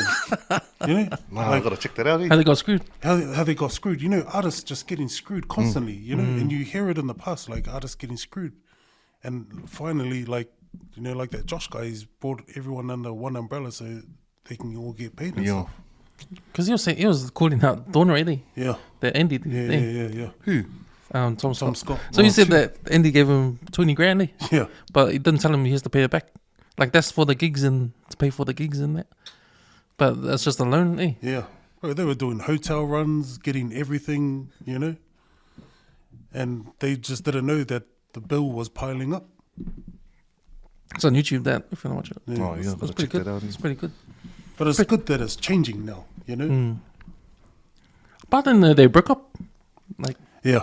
Yeah. because they were getting too much, eh? Like, Who's this? Don't read. Homebrew. Homebrew. Yeah. It talks about how they broke up. Gotta check that out. Eh? But the guy, he's the producer guy. Has beats. Has been. Like, it shows how that side of the industry can really play on your head. You know, like, all you're thinking about is the music and that, but you don't think about, like, the touring and, you know, say, like, merchandise and everything behind it and, you know, gigs and stuff. Yeah, it can be a whole setup. Eh? Yeah. You know, and See that in that level. Eh? hard up. Because even when those guys came last podcast talking about how they got screwed, like one guy, the guy 449, he was saying he got a gig down in Hamilton, and he went down, but they didn't pay him, and he said, "Oh, I need some gas to go back to Auckland," and he said, "Nah, they didn't pay him." It's like, what? This is like people that email me and say, "Oh man, we really want you to be a part of this thing, and we want you to do these skits and blah blah blah." I'm like, "Oh yeah, sweet. What's the payment?" I said, "Oh, exposure." Yeah, stick it up your ass. Not the exposure. Wow. Yeah, I know. You know, it's like, bro, you think I need exposure? Oh, I need cold hard cash, man. But you know, it's the same story. Eh? Like, here we got artists, right, trying to make a living or trying to do the art, no matter what it is, singing, R&B, rap, whatever it is, DJ. Then you got these people that think they're connected, can get you stuff, not even talented, can't even sing, can't even do anything what you do, but say they can help you, like they're gonna grab all the money that you make Take advantage from of giving it. your art up, you know. That's great. There's those people trying to be the middleman, eh? Yeah, there's heaps That's the of ones those. you gotta watch out for. Eh? Like especially nowadays, now that there's like so many options out there to get, you know, paid and stuff and money and that, they just take advantage of those opportunities and try and, you know, exploit you. I mean, I know agents, people that for sports people, eh? Yeah, Probably need an agent because you don't want to deal with contracts and all that. But when you're like a up and coming artist, you don't want to be like, why you want to screw these guys that are trying to come up big? Like they're not trying to. I think that's the best time to take advantage of them, me, when it comes to these sharks. Take advantage of the people that are just coming up, that they know the route and How about you? Have you experienced that? Any sharks in that over the years? Nah, thankfully not to that extent. Yeah. You kind of, I've just been lucky. Like everything's kind of panned out well all good for me for gigs and stuff. Yeah, but nah, I haven't experienced anything really bad like that yet. Not yet. When you get into producing, you probably will. But I guess it's like the circle that you're around, Yeah. You know, and the connections that you make that kind of determines. Pretty much, like, because all the stuff that I get to be a part of, like shows and events, I kind of already know them as like brothers now. So you can trust them to look after you on their end. Yeah. Even though there's other people involved. Yeah. But you can just solely trust on them that they're gonna make things work for you because you are that tight. And it's panned out that way so far, you know. So what's up with the Cut Man crew? Are you guys still going? Or? Same story as last time. It's still, but nothing going on. I mean, it's not main priority. Just something that's still everyone else doing their own thing. Yeah. There's not too many active guys out there. Right? Spin the Cut, he's still doing his thing. He's released a few this year. He's the man, bro. Spin the Cut. Jax, Jax. He's still busy doing the nightclubs. Yeah. Oh, is he? Yeah. Oh, yeah. With the Alcas boys. The Alcas family, yeah. Zella's a gun, man. Yeah, bro. It's beast too now, eh? Yeah, bro. Hard out. Yeah. I've seen some of his CrossFit stuff, man. Yeah. So he's gunning, man. Yeah, bro. I always see these stories too. Yeah. Have you played at that nightclub down in Kingston? The R&B one? Everyone's... Groove House. Groove House, Groove yeah. Bar. Groove Bar, yeah. Nah, but I wouldn't mind. I Seems mean, like- those are the, like, if I do get into, public gigs again, I just want to do stuff like that. Yeah. Where you can play feel-good music. Yeah. And so I'm already kind of playing at a few spots like that. Yeah. That's one place I'd like to play it. Popular place, eh? A lot of people go there. Oh, it's popular. Yeah, well, it's pretty much, I think it's people like our kind of age group. Bro, so I'm getting messages from mates that I haven't been in touch with for years, and it's like, man, they finally got a spot to kick it. Yeah, you yeah. know? It's not like, down at the waterfront in the city and that. Yeah. But it's like, bro, you keen to meet up at Groove Bar? True. And it's like, oh, yeah, sweet. Oh, you've been there? Yeah, I've been there once. Yeah. It's good because they got, I think it's DJ Al Goody and Reminisce. Yeah, so it's just all good 90s vibes. Hard out. I've been there once, but I can't remember. Because I was drunk. Good night, eh? Good But, night. but I remember being at the bar, trying to transfer money from my phone. But I was missing all the numbers. And I was there for ages. And the girl was like, "Are you finished? Hurry up." And I was trying to press the numbers. Just drinking your drink, eh? Just pressing any numbers and say, finish now. Yeah. Sweetie day, it's time to go home. That was the night of Stacey's Stack. Yeah. Because it was next door. Yeah. So, man, I came out drunk, went there. I think I got kicked out, eh? Yeah. And then I went over to the one on K Road where you used to work, B. The outdoor area one. Trilogy. Oh, Is yeah. this ages ago? Yeah. Then I went there. They shut down now. There's nothing there anymore. Yeah. Nah. Because that same night I went there and I fell asleep. And the security guy came, "Oh, sorry, you gotta go." I got kicked out. Fuck. Man. For one of those nights. It's nice, man. Yeah. Man, There's but that whole Kingsland lane is good, eh? Yeah. Yeah. This is one of my mates, she plays across the road, the Kingsland though. Yeah. That's a cool spot too. Yeah. It's like the new Ponsonby for our Gen Yeah. Yeah. But I'd love to play there. I might, hit up Reminisce or Al Goody. Yeah. Because that's actually my favorite set now. Oh, yeah? That kind of Yeah. vibe, like 90s. So pretty much like in comparison to the mixtapes, like Casanova, Vibe City. Yeah. 90s, yeah. I love to play. Those are my favorite sets to play live now. Yeah. It's just a matter of like getting into the places where I can play like the suitable music. Yeah. For it. You know, so yeah.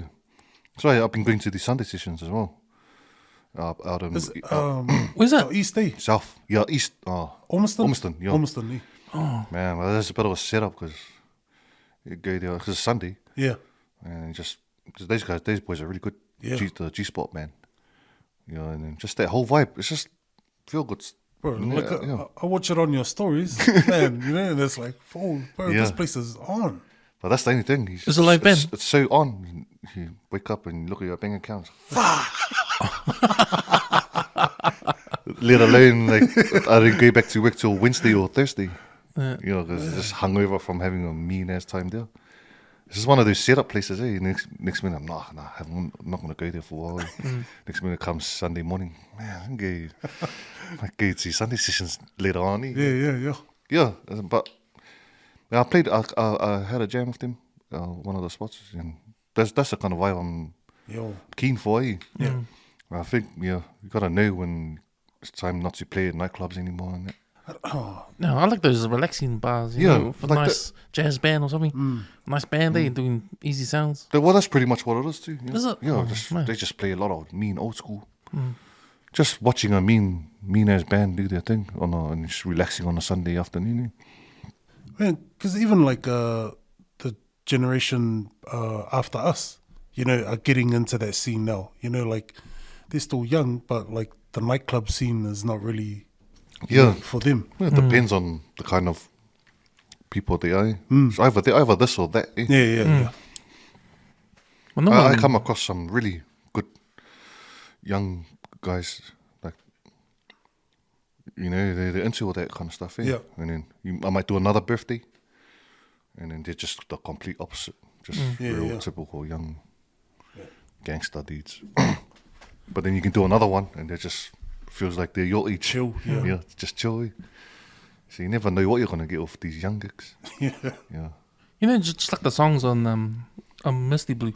Yeah. Someone covered all those songs and sang it on the bar. Hey, Yeah. and live. You know, that kind of beat, that mellow way. Yeah. Find that'd be awesome. The way I look at that is that kind of genre is like for certain kind of artists, see. And they're suitable for that kind of Sunday session. Yeah. So we mostly find people like TJ, Yeah, suitable for them. Yeah. Just one man band stuff. Yeah. With his guitar. And Yeah.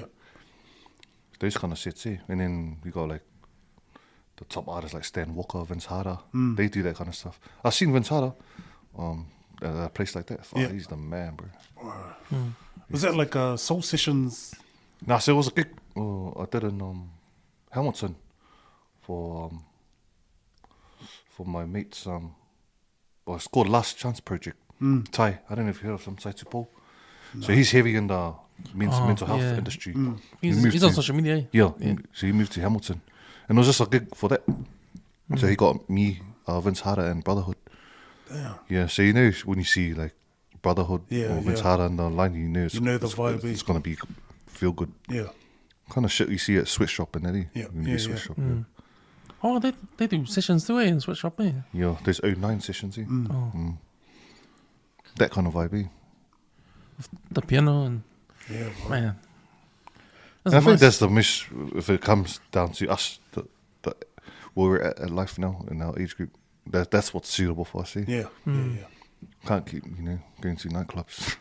Nah, can't go to the nightclubs. Be definitely the oldest person in there. If you had to see a bar like that out west, though, I don't think they'll ever put one out here. Yeah, you know how to say with the trusty. Yeah. Yeah. But even in town, like, want to go to these small kind of places there. Dark places. You know, I'll sit down at a table when there's a lamp and order a drink and just listen to the music, you know? Like Your on the cowboy movie. hat on. Or Your booth, grass eh? straw in your mouth. That's the scenes, man. When I listen to these sounds, man, that's a scene I want to be in there. You don't look like you around here, partner. That vibe. Shucks, yeah. And that was hard, bro. Like those songs seem to be the software couldn't pick it couldn't read the BPMs for it. Oh, yeah? That's the most vital part of the job. Yeah. Is having the BPM read so you can sync them into your project. Is it because they're old songs? No, so remember stuff like Barnyard and that. Those were all still managed to read the BPMs, but it's just I think it's because of that rhythm, the 3/4. Yeah.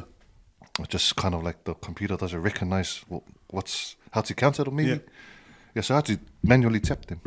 Holy right. Oh, true. So, but that can only go so far. Like it's just kind of telling you whereabouts. Yeah. It where the BPM belongs in, and then the rest, man, just cut. It was a long one. Yeah, that'll be my hardest one out of all of them too. But yeah, that's why I was happy to pull that off. You know what's good about your songs selection is that these are songs someone's really relate to. Like even if we grew up, that our parents played, like, but it's in the background, but we don't care. Yeah. When we're young, hey. Hard out. But then because we get into when we start listening to our own sounds, it's like R&B, hip hop. Yeah. Back in those days, but we still got the country music, and because our parents love country. Yeah. Someone's love country. That was a Samoan thing. Yeah, bro. Hey. Hard Country music. And like even when Samoan bands come, always a bit of country in the sound, So it's a big country music is a big part of Samoans like or islanders that like the Western world stuff. Yeah. Hey, that's not music from our culture, but music For some reason. for some reason, We can all relate to it. Yeah. Just like, for example, UB40. UB40, It's an English band, but for some reason it feels like it's an island band. Yeah, boy. And that's the other thing, the reggae. Yeah. The reggae is a big part of what we like. And reggae country, you think reggae country don't match, but for us, it matches for us somehow, eh? Yeah. But there's a fusion in that now, eh? Yeah. Country reggae. Yeah. That's starting to pop off now. Yeah. But like a thing like that really, makes it like a real feel good is like that Misty Blue mixtape.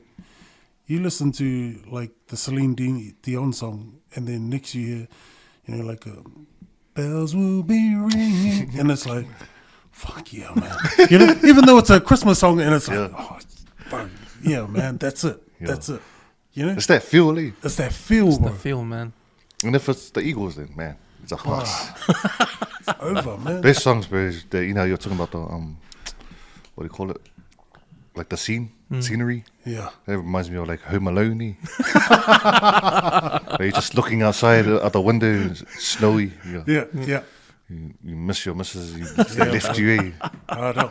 That's that vibe, eh? Like a broken ass Christmas. Yeah. You're all alone on Christmas. I know. But I think with country music, that hits harder than that. Yeah. Because you're talking about drinking whiskey. Yeah. Straight whiskey because you're depressed, because your girlfriend left. At the bar, just drinking Bro, man, I didn't realize until I did Barnyard, especially Barnyard 2. Because Barnyard 2 was the slow jams. Yeah. Slow jams. Man, just the storytelling, and country music is crazy. It's next level, we. Because, like, the way I used to listen to that was not from a distance. You're just listening to it, but you're not really, I wasn't really listening to what everything is about. Yeah.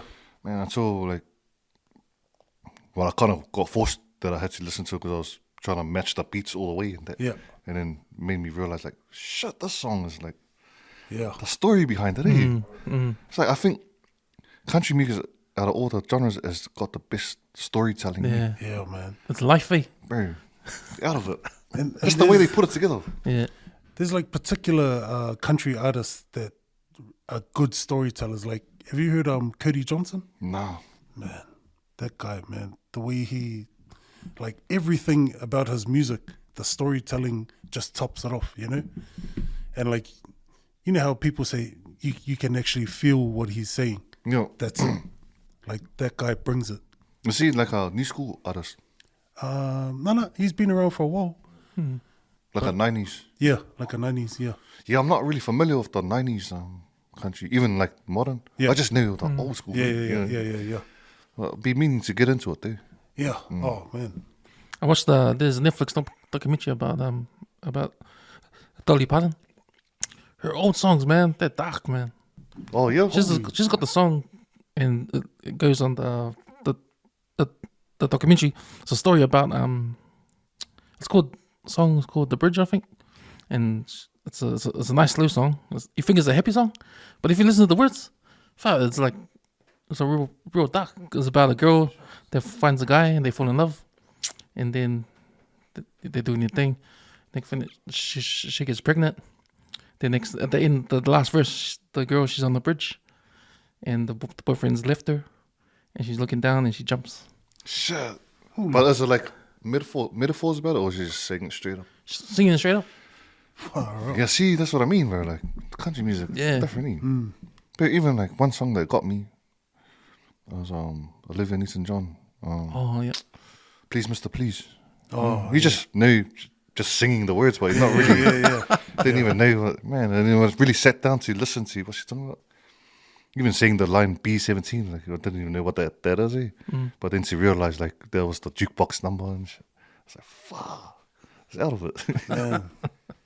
It's deep, eh? Yeah, man. Yeah, the storytelling is amazing in country music. Because I think these people that write the lyrics, they've lived through it, eh? You can tell, eh? Yeah. I think so. And I think that's what's missing today in today's R&B is the storytelling side of it. Because, you know, like we always hear about the money, the cars, you know, and that lifestyle and that. But like, I always feel like the 90s R&B had the storytelling, you know? And I think that's why we connect so well with it. They don't make it like that anymore. They don't make it like that anymore. Nah, you know. But then at the older age, you've realized it's on the surface kind of stuff. Yeah, it's not real deep. Nah, it's like you cheated on me, or yeah. But still, just the way it was crafted was different. Yeah. And then you hear someone like Brian Williams, and he writes that "If You Ever Love a Woman" song. Some of the lyrics on that song. Man, I don't know how you write these lyrics, Brian Adams, man. Yeah. Yeah, that's a track. That's a track, bro. That's another scenery one, bro. That line when he says, "When I see my unborn children in your eyes." Far Sorry, man. Who writes that? Who writes that? Who comes up with that kind of line? Man. At the same time, it sounds muy colo.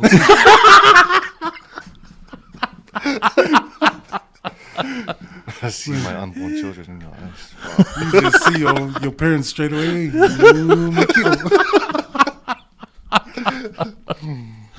Sure. You know, you can't hear. I don't think Ashley can write those kind of words. Man.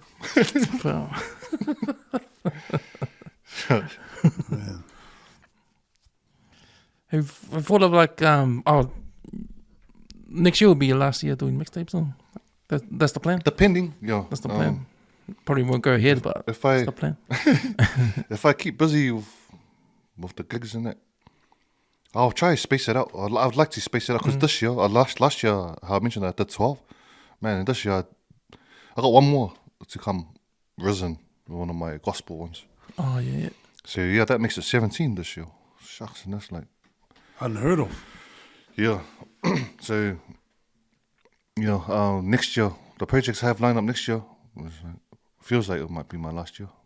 But if I can manage to space them out, I can drag them out for another 2. You know, and that's the stink thing because you can't do it forever because you're going to run out of good material too. Yeah.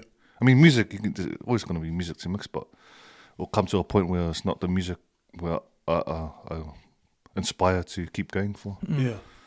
I think it's going to come to a point where like I've done everything that I want to do, that I feel like doing, that I like. I don't want to keep doing it just for the sake of it. Yeah. So there'll come a time when it's going to stop.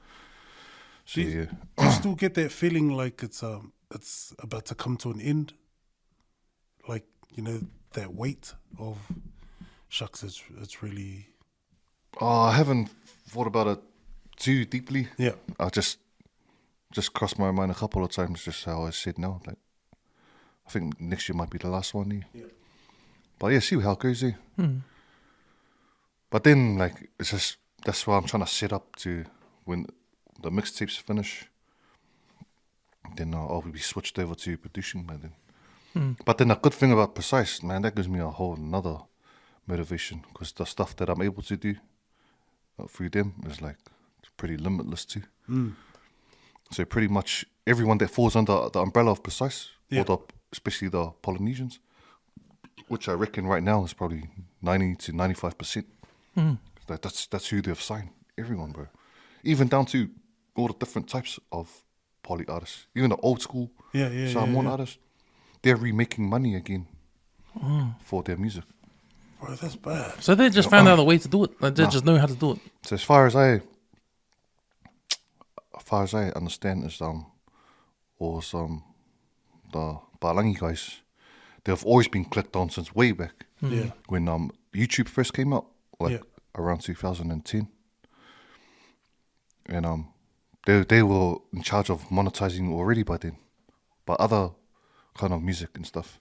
But then remember back then there was poly music already getting uploaded to YouTube. So I think they saw that and they realized there was money accumulating from there, but it's going nowhere. So I think they were looking for that middleman because obviously they didn't have the reach to Polynesians. So then somehow that's how Josh Massey came in. They called him in to meet these guys. Then they showed Josh Massey everything. And then now Josh Massey's job was to go out there, get all the Polynesians together.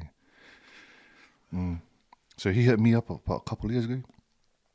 But I didn't think anything of it because it was a text from someone I didn't know. You know, when you don't know a person, straight away you're like... standoffish, and he was wanting to meet up and stuff. And obviously not keen. Hey, nah, whether it's dodgy or it's real or not. And then kind of just left it. And then we got put on this Independence Day gig for Samoa. I think it was last year. or the year before.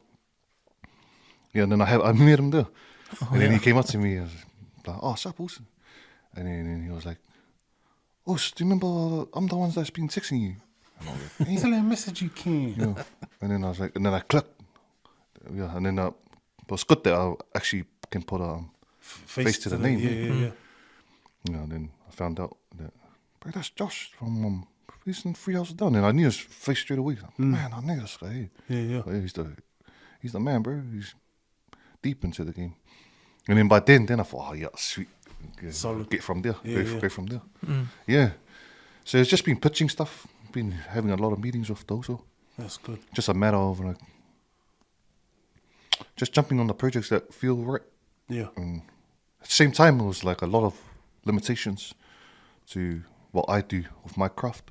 Because at the same time, like it has come down to there'll be certain kind of music that I can't put in.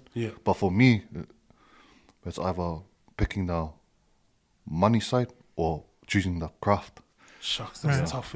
So a lot of projects that meant to go through didn't. Especially with YouTube because of copyright and all that. But then for me, like if I do a project where I knew it was limited to what I could do, would have been better if it wasn't limited. Like it's one of those X for me. I can't. I have to. If you can't have free range of your own talent, then what's the point? But there's so many it's flexibility still for me to work on. So one of them was the Sons of Samoa mixtape. So that's on Spotify. So that's getting monetized online. So that was cool, bro. Cause, and they helped you out with the Precise. They helped you with that. So what they do is they take care of all the back stuff. Like they go and make the deals with the other artist. I just make the product. So the idea behind that was like I was asking, what about this guy? Is he signed? Is he signed? Or they signed? And then like, man, heaps of guys. What if I do that era? Remember Sipsu, Mr. T? That was popping back in the days, 2005, 6. So I pitched that idea. Bro, if we bring that back now, this is the right time because this is almost 20 years now. Fico Mail Pisse, all these. Because they will get money too. So that's the thing. So I got the okay, so do it. But there was one artist that say for instance about that limitation. Yeah. And this certain artist was like, he had to be in there for me, because without his songs, it won't be as good. The product won't be as good as it is. Yeah. If this artist is not in there, he was the only one that wasn't signed on there. Yeah. So that's what all the meetings were about. Yeah. Yeah, then he went, got him signed. Boom. Free range. Did the whole mixtape. So that's to beat copyright, no? Because if these artists are not signed, then that's a copyright thing. Yeah, so that's what Josh did. Josh pitched the project here. Yeah. And then thankfully, like, for all the work I'd done in the past, they knew who I was straight away. So 651 is going to put all your guys' songs together. Yeah. Like the greatest hits of that era. Oh, nice. They get the okay, and then he'll tell me, yep, it's good to go. Then I just started it. And this is Sons of Samoa on Spotify. Yeah. Damn. And then that's my first ever project like that. That's on there. Yeah, and then it just makes money now. You just sit back and collect by people just streaming it on YouTube, Spotify. Yeah, and then that's another thing I'm concentrating on next year. So I think the next one coming up is I got another official remix of VG and J-Book. Oh, it's from Summer Days 4, Ganja Farmer. So I turned it into an actual single remix. Yeah. So yeah, it goes again. We'll go and ring VG's people, J-Book. Yeah. Pitch what we're doing here. Get the okay from them. Boom. Put it on, and then we all make money again. Man, I wish it was easier than that, eh? Like monetization in it. Because like a lot of my videos that I put up, like can't get monetized because of the music that I put on.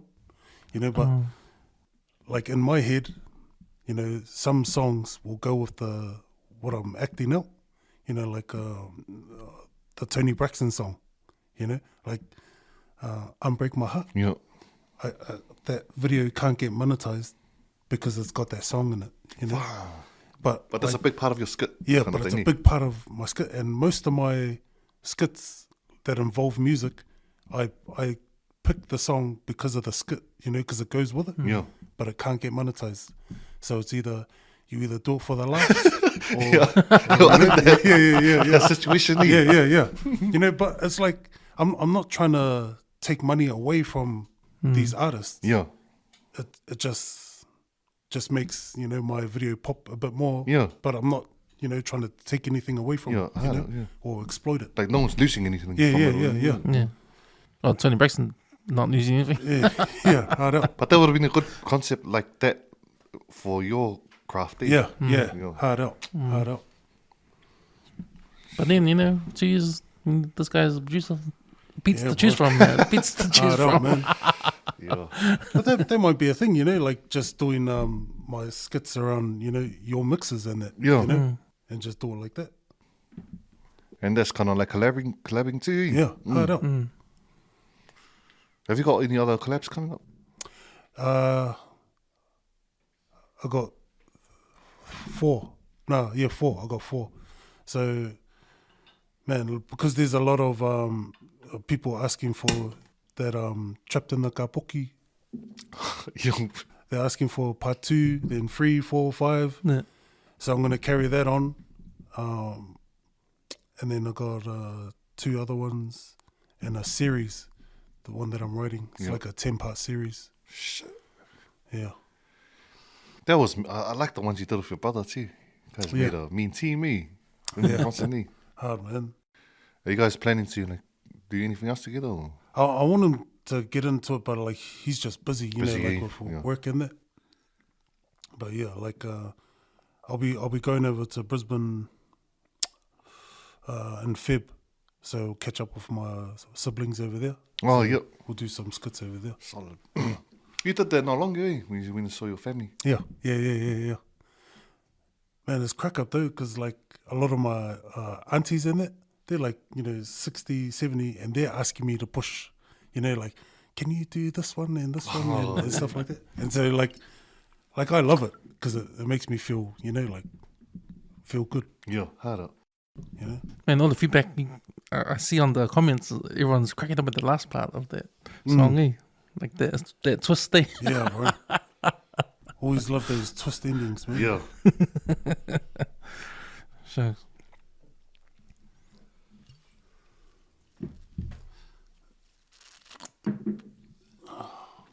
So Outcast, are they still bro. still running strong? Yep. So Still. that's So Sala's part of them, Jax. yeah, But yeah, DJ Mafioso. yeah. That's my first song. Yeah, me and that guy pretty much on a daily basis keep in touch. Oh yeah. So they got this other spot in Royal Lake called Royal Hype. Yeah, and like how I said, like trying to choose my spots which is suitable for me. But that's a spot that's like that too. It's a good Saturday pre-drink spot. Where's that? Next to Zookeepers. Oh, Zookeepers. Yeah, Oh, yeah, next yeah, door. yeah. Yeah, so sometimes like if they got private gigs on or they can't make it there, then they'll hit me up if I can cover. Yeah. Yeah, and if I'm free, I'm always keen to cover there. Because it's just that vibe, you know, it's not a nightclub. You just go there, play feel good music. You know, and it's only like till 11:30. You know. So another thing, you know, getting old, like if I'm ever playing past 12 o'clock now, I'm like, fuck, it's getting late. But a few years back, I was like just used to finishing at 4 from town, get home at 6 or something. But now when it's like past 12 o'clock, it's like, fuck, it's getting a bit late now. Yeah, It's hard to even get past the bloody pre-drinks. Nah. Yeah. So that's a cool spot, bro. If you're ever free. Yeah, it's good for like our vibe. And the timing's good, 8:30 to 11:30. Oh yeah. And then, how's Mike doing? Is Mike still at Acaston doing? Yeah, bro. Yeah. So me and him, we're doing a Christmas party there Oh yeah. on the 22nd of this month. Yeah, a Friday. Yeah. So if he's not up to anything, Workshop. I like that place because man, that's the only spot we're gonna see all the old West boys. Yeah. You know, Yeah. turn up. Just a matter of them turning up at the time and that. So it was always good to see the old Cowston boys, Liston boys, Henderson boys. Because you know that time that you gigged there and I saw you, Yeah. man, that was like a school reunion for me. Oh, geez, you see? Oh, yeah. Yeah. I saw all the custom boys there, you know? And you wouldn't get that at nightclubs. Yeah. Hard out. I think one thing for me was like when I knew, like, man, it's time to never come back here. So I went to visit my boys at their club, and then I just went in there and just expecting to see the familiar face because I've been there in a few months, and I was looking forward to see all the familiar. But then that's when you know, as time goes on, everything Everybody changes. else has moved on. Just looked around and then I found myself knowing no one there. Oh yeah. All these people that were regular then, they've moved on. Yeah. Yeah, and I was like, fuck, where's everyone? Look around and it's just, when I looked at the people, they just like seems to get looking younger and younger. But then, yeah, rightfully so. It's just all the people that used to be 14, 15 years old. Yeah. They're 18 now, you know? Yeah. That's their scene. And then you find yourself like late 30s man standing in a corner. So, what am I doing here? Very hardy. Yeah. But I That's knew, the- like, nah, this is not the scene anymore. It's not the scene, but there are scenes for people our age, bars our age. You know? Yeah. You know, there just are those- scenes like that. Just those Pretty relaxed much ones. those spots we've been talking about already. Yeah. Yeah. Even workshop, that's me. Yeah. Good spot. So I say Mike's there every fortnight. He shares it with Manchu. So he does one fortnight and then Manchu does the next one. I think that's the way it works out for them. Yeah. That guy's crack up with his social media. Yeah. Remember his Yeah. when he gets another video from something out of a video and Yeah, have you seen them? No. It's crack up, man. Man. Like he's DJing and he's like looking at something happening on the dance floor Yeah. and he throws in another video from America. Like someone doing something out of it. Yeah. Those reenactments, see. There's reenactments, yeah. That's incredible. But that's the thing, like that's a good thing about social media. Some of these guys can take advantage of it. Yeah. Hard up. Yeah. This it's flexible. Like anything you can come up with, I guess you can add it to your craft. Really. Is that how you use social media? Like your social media is like it's all business, Yeah. and there's all your stuff like coming I out think- where you're playing. For me, I think it comes down to what your personality actually is. Like I don't want to find myself doing stuff that's not in my character. Yeah. Just to try bump my followers up or Yeah. anything. I think it's important to be true and Yeah. real too. Because if I was to do that stuff, all my mates that knew me would just fucking mock me harder. Hey. Bro, what are you up to? Yeah. What are you doing? Yeah, but you know, they know me, and there's nothing wrong with that. It's just that's just not me. Yeah. You know? Yeah. I could never do the stuff that Cam does. You know, that's not me. That's what Cam's got at. You know. But it's easy to lose yourself if you ever done it like that, eh? Yeah. You know? I think that's another thing. It's always good to be. I try to stay grounded in everything that I do, so I'm not, you know, losing yourself without realizing. You know. Yeah. No, absolutely. Because you know, being authentic yourself is the way to go. Eh? Like next minute, suddenly you're right. Suddenly you do these skits, and where these come from? You know, like But I you remember, know, most of your followers are just waiting for your next post to say your next mixtape's coming up. But there is stuff that I'm going to get into, like just content like, in general of me doing stuff live. Yeah. Like, that's another thing that I've been meaning to get into for a whole year. Still haven't done it. It was all because of timing of everything. Yeah. Being busy doing this. You know, you can't do everything at once. Yeah. But that's another goal for me. Like even TikTok. Yeah. I want to jump on TikTok. Yeah. But that's what I want to remind myself once I jump on there, because I see the way it goes. Yeah. But what if you do jump on there? What is your goal for that? Because the way I see it, you're already known. Nah, I think Or there's so much more ground to cover. Because the way I see TikTok is that's a whole nother different angle of followers on there. Or that's like even like you got say like Facebook, right? That's like all our old heads, you know, all on Facebook. Then you got Instagram, that's more businessy type or classy type. Then you got TikTok, that's in its own realm where like everybody's on it. Whether you're doing instructions for something, you know, or mukbangs or, you know, comedy skits, whatever. But that platform itself, man, you can reach so many people, you know, like that's not like Facebook or Instagram. So in other words, that's the main platform right now. Yeah. Is that your main platform, TikTok? Nah. Like your most popular one? It's Facebook, eh? no, well, Instagram is more engaging. Facebook is like, you know, people keep coming back. And then TikTok is like, when's your next one? Drop it now. Oh, Kind of, it kind of varies between Facebook and TikTok, you know? But everyone on TikTok is like, if you don't drop your next one, you know, soon, then, you know, you kind of get pushed to the side, you know? Getting irrelevant. Yeah, getting irrelevant. And like I find everyone's looking for that 30-second laugh, you know? Oh, yeah. But I can't fit my skits in 30 seconds, you know? It's impossible, you know? And so that's when Instagram and Facebook come in handy, you know? Yeah, that makes sense. But yeah, that's one thing I can't wait to. So it's challenging too for me. But all I know is like I'm not going to be doing anything that's out of my character. Yeah. Like I think one of my cousins was saying, "Bro, you need to jump on TikTok and dance to your songs." I said, fuck, I'll never do that, bro. That's not me. There's nothing wrong with that, but that's not me. Yeah. I just want to go on there and just even like because I just want to create a professional setup for myself too, just to see myself like having like real professional camera content. Yeah. That's the kind of goal, and I get to show everyone what I can, because there's still a lot of people that don't know what I can do live, because I'm just busy just posting my mixtape stuff up.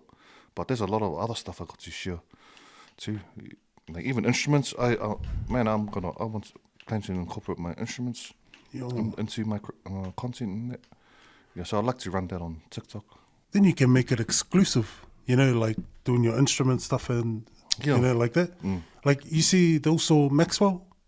Yeah. Yeah, the way he does his like DJ setups and that. And like is this on TikTok? Yeah, on TikTok. Yeah, see, because I don't really go on TikTok. Oh, yeah. So like he does like a live DJ sessions and stuff like that, you know, and whereas you could do your stuff exclusively. Oh, like, true, yeah. You know? and it's just a tool to add to your belt, kind of, you know. Yeah. So it's definitely something worth getting yourself into. Even like you gotta think about. I think like with TikTok is a different sort of film, eh? You gotta have different videos. You can have the same video on TikTok. It might not work on Facebook, Instagram, and vice versa. It's a different kind of thing. Do you feel like it's the same response on one skit on all platforms? Yeah. It's roughly the same. Bar TikTok being different because the behind the scenes is a lot more technical with the algorithm and that. Let's say I post a skit and like the stuff that I like is comedy, you know, but I also like golf as well. And as soon as I click on something like, oh, I like golf, then my algorithm changes. And then the people that are seeing my comedy stuff are golf players. And that's not the audience that I want to reach out to. Do you know what I mean? Yeah. And so that's the technical side of it where you just purely got to be comedy kind of thing, you know? But I'll figure, you know, you figure it out. And as you go. Yeah, as you go. That's one thing. I think that's my most favorite thing about your stuff is your stories. Always, I'll see what Cam's up to. Always got like a story. When you're in your truck. In your truck talking there. But like I try and use stories as like you know, like what I'm up to kind of thing, like you're saying. But like I see people post on these stories like for the sake of it.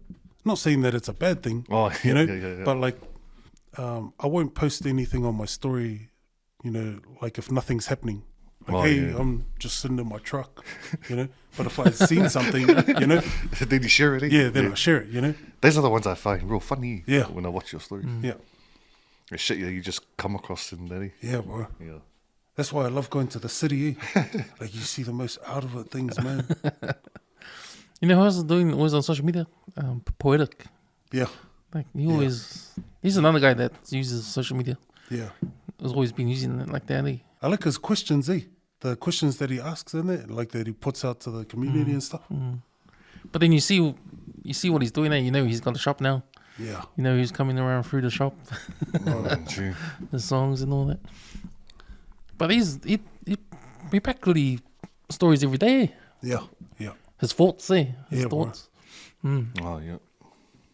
So that's another thing to get his brand up. It's all about brand, though. Try to get your brand up. He's another guy as a man with his merchandise. It's like the standard right now. Even to see where he's come from, like from the boot of his car to the markets, now to his shop. He's like our Nipsey Hussle. Yeah. Isn't that his idol? That's his idol. Hey. Yeah. How's your merch? See, even that, man, like No time itching to do it. Yeah. But it's just working around it, It's hard to find that balance, Yeah. Another thing I learned from that, bro, to be honest, my first merch ones I've done there so unprofessionally too. And that was all part of learning. Yeah. Just thought like, pull off some shirts, but then not knowing the work that goes behind it that I wasn't keen to do. Like all the stuff that people buy from Australia. I was like, fuck, I gotta go to the fucking post office every day weighing this line. It was hard to manage at the time. Like, shit, weighing this, weighing that. And then I've really, I'm not keen to do this. Just you thought like, I want to do merch, and you just stop there, not thinking what goes into it. That's why I got like respect everyone that does it. But then again, I want to give it a second go and do it properly. Yeah. Do it professionally.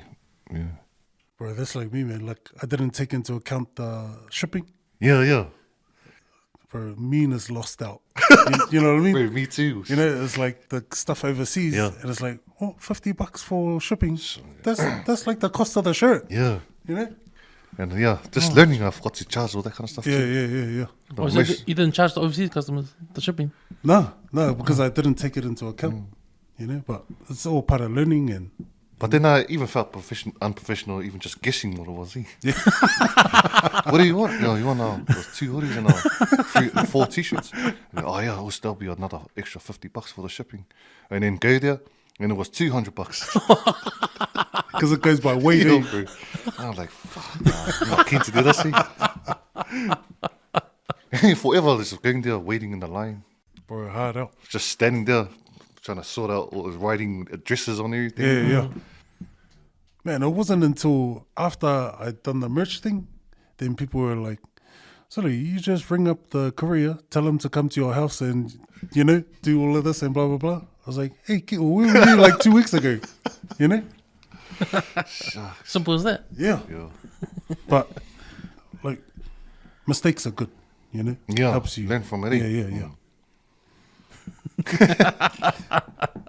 Something to laugh at when you look back. Guess everything you do for the first time, it's like you learn from it. Hard out. But the merch thing, man, everybody's doing it now. A lot of it's good. Makes you don't want to buy the Adidas and that. Bro, that's the way I feel now. I've never went and bought like any Adidas or Nike t-shirts in ages. Yeah. Just to support all the boys. Cam's like a good example of it. Always rocking different people's gears and stuff, which is cool. But I've been about that from the get-go, man. Because, like, I always say, like, I'm sick and tired of, like, all these big brands, like, our people supporting these big brands. We're helping them buy their 10th house, helping them buy their 8th car and stuff like that, Let's help our boys like Giri and Salinga get their first house, get their first car, start their first business, But, and it feels better wearing like local stuff too. Yeah, 100%. Like there's a market here for like local stuff. And would you give AS Colour their house and cars and all that? And that too, But just waiting for someone to bring out kicks. Bro, 100%, man. No more shopping at West City Shoes. Because you were looking into that, shoes, Yeah. True. And it was hard, Yeah, it is hard, bro. It's harder than just like everything else. Like, oh yeah, man, I'm gonna come out with a shoe. Yeah. Bro, there's a lot of work that goes into it, man. It's not just about finding the supplier and that. Like I can imagine, bro. Yeah, it's shoes it's real differently. hard. Yeah, it's a different ball game, man. Plus, do you think that's like something that's hard to persuade people? Way harder, because everyone's into their with these shoes. Yeah. Shoes is different to every other kind of material. That's it, man. Like you could be wearing like a crap jumper, crap hat, crap shorts, but people always look down at your shoes, and if you're wearing like the meanest Jordans, then they don't care about the rest. Yeah, I see what you mean. Like, even in the sense I see like the Rocky, it's like the biggest dude up. Yeah, he's got shoes, but you never like. I don't want to go buy these. Yeah, you wouldn't want to go buy his shoes. Yeah, has he got his own shoes? Yeah, the Project Rock. Oh, who makes them? Under Armour. Oh, but see, that's how you know how hard it is. Because even Kanye West can't make his own shoe. He has to team up with Adidas. Yeah. To get his shoe done.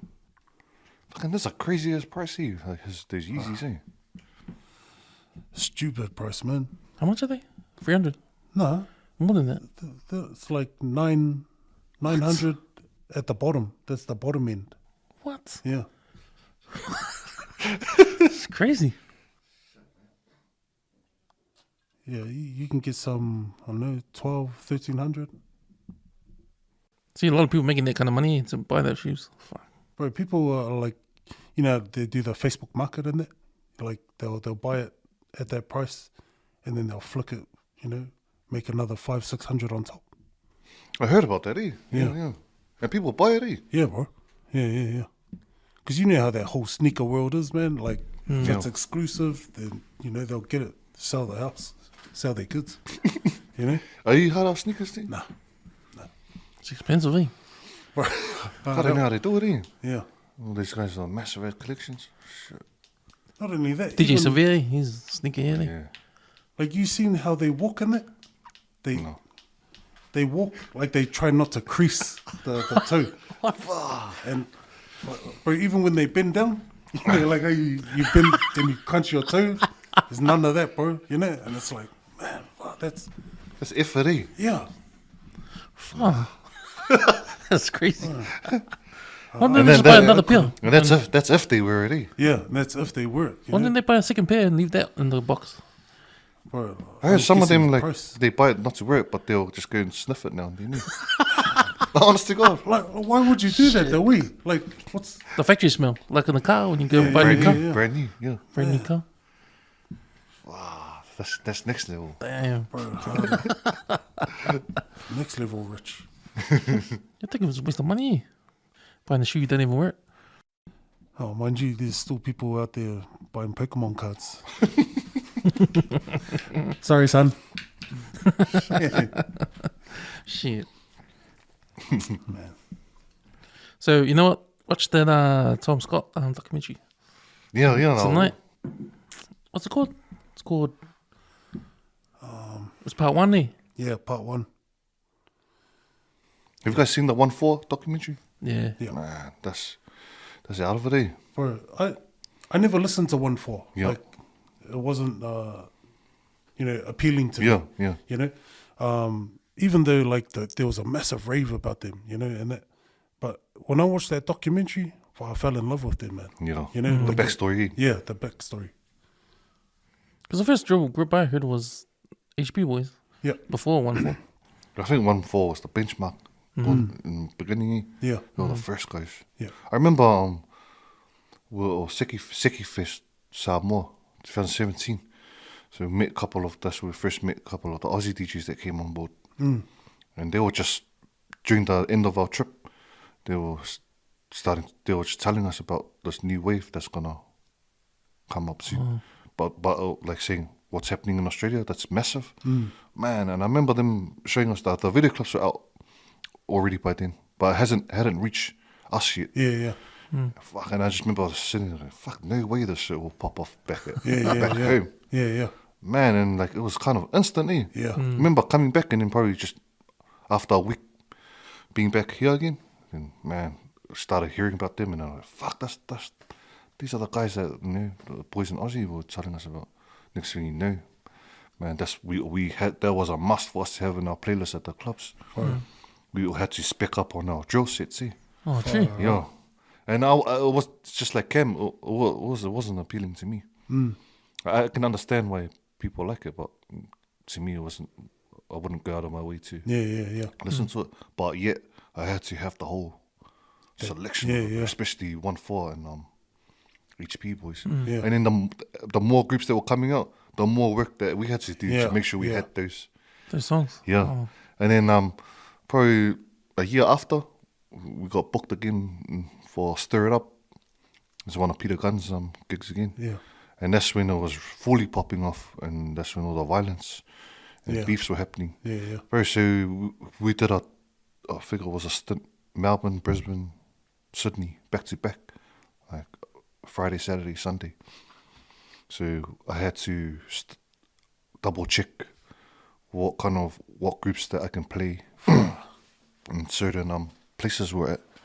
So you could only stick to the drill groups that come from where we were playing.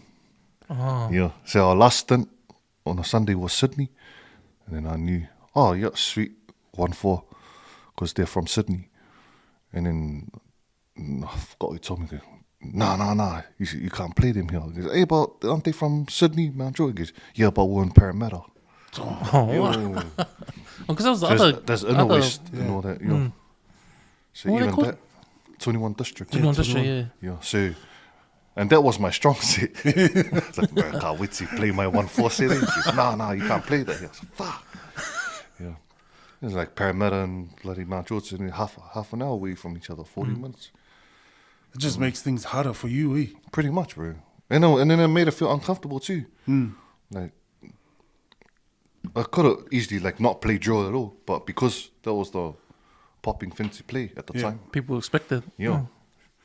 But that's finished now. Don't have to play that stuff anymore. But I remember that time, bro. Fuck. Me and Salah were playing together at Ponsonby. Man, that had to be our peak hour set, eh? Yeah. And then that Hooligan Hefts came out. That was more fun to listen to. Yeah. Because it was the fusion of like EDM and techno that he was rapping on. Yeah. Fast tempo stuff. So that was cool. Mix it in with all the other fast stuff. But even not just the when that era popped off, it wasn't just the music, but it was the clothing as well, Lee. So Like that changed dramatically, from like wearing jeans and the top to like everyone wearing shorts and TNs and Having the mullet. ponytails, TNs. Shucks, that man, like, I think that was the wave of like everyone getting deported here too. Yeah. Man, and they quickly like set the scene over here. They were like taking over, eh? Yeah. And then you see amongst them familiar faces, eh? Dressed up like them too. Yeah. Like they got deported too. But I was like, bro, didn't you go to Uruhu College? I see from Uruhu. Because the thing for me with the Australian, when the drill rap came out, man, I think I never seen anything like that even in New Zealand, eh? Because New Zealand hip hop sort of like it was a gradual thing, and blew up with Scribe sort of thing, right? It was in the background and back in the days. I think the New Zealand hip hop and that scene has always been strong. With Australia though, it was never there.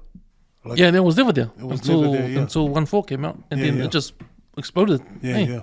It was like an overnight kind of thing. Yeah. Because they even had their own Australian accents. Yeah. They had their own slang. They had their own style, and they were Pacific Islanders. Yeah. And made them original. It was original. Unique. Yeah. It was unique. If anything, what I think it done, it kind of at the time when they blew up, in their next level way, it kind of overshadowed anything that was happening over here with our artists and our hip hop. That's it might be wrong, but that's the way I see it, and that's the way I saw it. Because I remember at the time, like remember Sweat It? They came up and I was like, fuck, these guys are next level. Yeah. Which they were. And it was like, bro, these are the guys that's going to just take over, Yeah. like, take it to the next level. But, and then it was just the same timing as Yeah. Australia 1-4 doing their thing. Yeah. And then they just crossed over just like that over here. Yeah. And then I didn't remember all these people telling me about Sweat It, talking about Sweat It anymore. I was just listening to drill now. Yeah. And it kind of, I reckon, for that time, it kind of overshadowed anything with hip hop that was happening here, because everyone was just so focused on all that drill culture from Australia. Bro, I've seen that happen twice with the drill. Yeah. And remember when crunk music came out? Sorry. Everything got overshadowed by crunk music, Like, everyone, everyone, Fuck is it at the same time when the crumping was hard out? Yeah. There's crumping battles and that? Yeah. About that same That time. was around like 2007 or 18. Yeah. Crump music, and an E40 and all that. Yeah. Kind of vibe. Shucks, I remember that.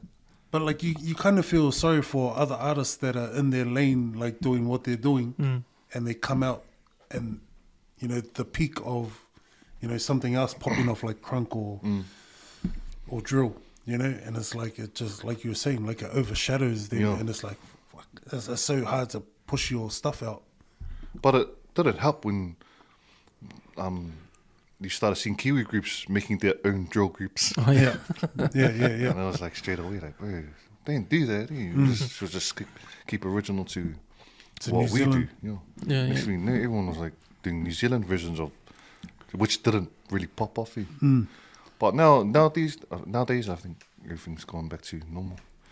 Come And full it's circle nice, now. Back to. It's good seeing all the rest of the talent come out here. Yeah, I think we were for us too, it's at an awkward stage. Everyone that was popping off in the peak of like 5 years ago. I mean, obviously that's 5 years ago now, So I think it's not time for a change, but shit doesn't last forever, Nah. So I think it's at the time right now where it's time for new artists, the new generation to come up, which I think is slowly happening here. Because I'm kind of behind on the new stuff, but the more I look into it, the more I realize, shit, man, there's some mean new guys coming out here. So I think it's a whole stepping stone. It's like their turn coming up now. It'll always be like that for you though, like you would always have to stay in the know of who's coming out, who's popping and that, as opposed to me, like I will always forever be old school. Like I wouldn't give a shit about the new school and that, you know. But like for you and what you do, you would always have to be in the know. Not necessarily. I think it's just where you place yourself in the industry. Yeah. So you always get the audience. What you're saying is it makes sense for if I was still in the nightclubs. Oh right. Like you have your own niche. I'd have to be in the know all the time. Because the nightclubs keep evolving. All the young people keep coming up, and old people leave. What was the age group on the boat in Brisbane? All those people that came paid for that boat. Shucks, I was pretty wasted on that boat. I can't remember. Because if we're talking about what's popping off now these days, it's still packed the boat. Everyone coming on. Well, it was a mixture. There's a lot of. I think most of us our age group. Because I bumped into a lot of friends from here. Oh, true. And I can imagine the All Stars, New Zealand All Stars, of the R&B hip hop.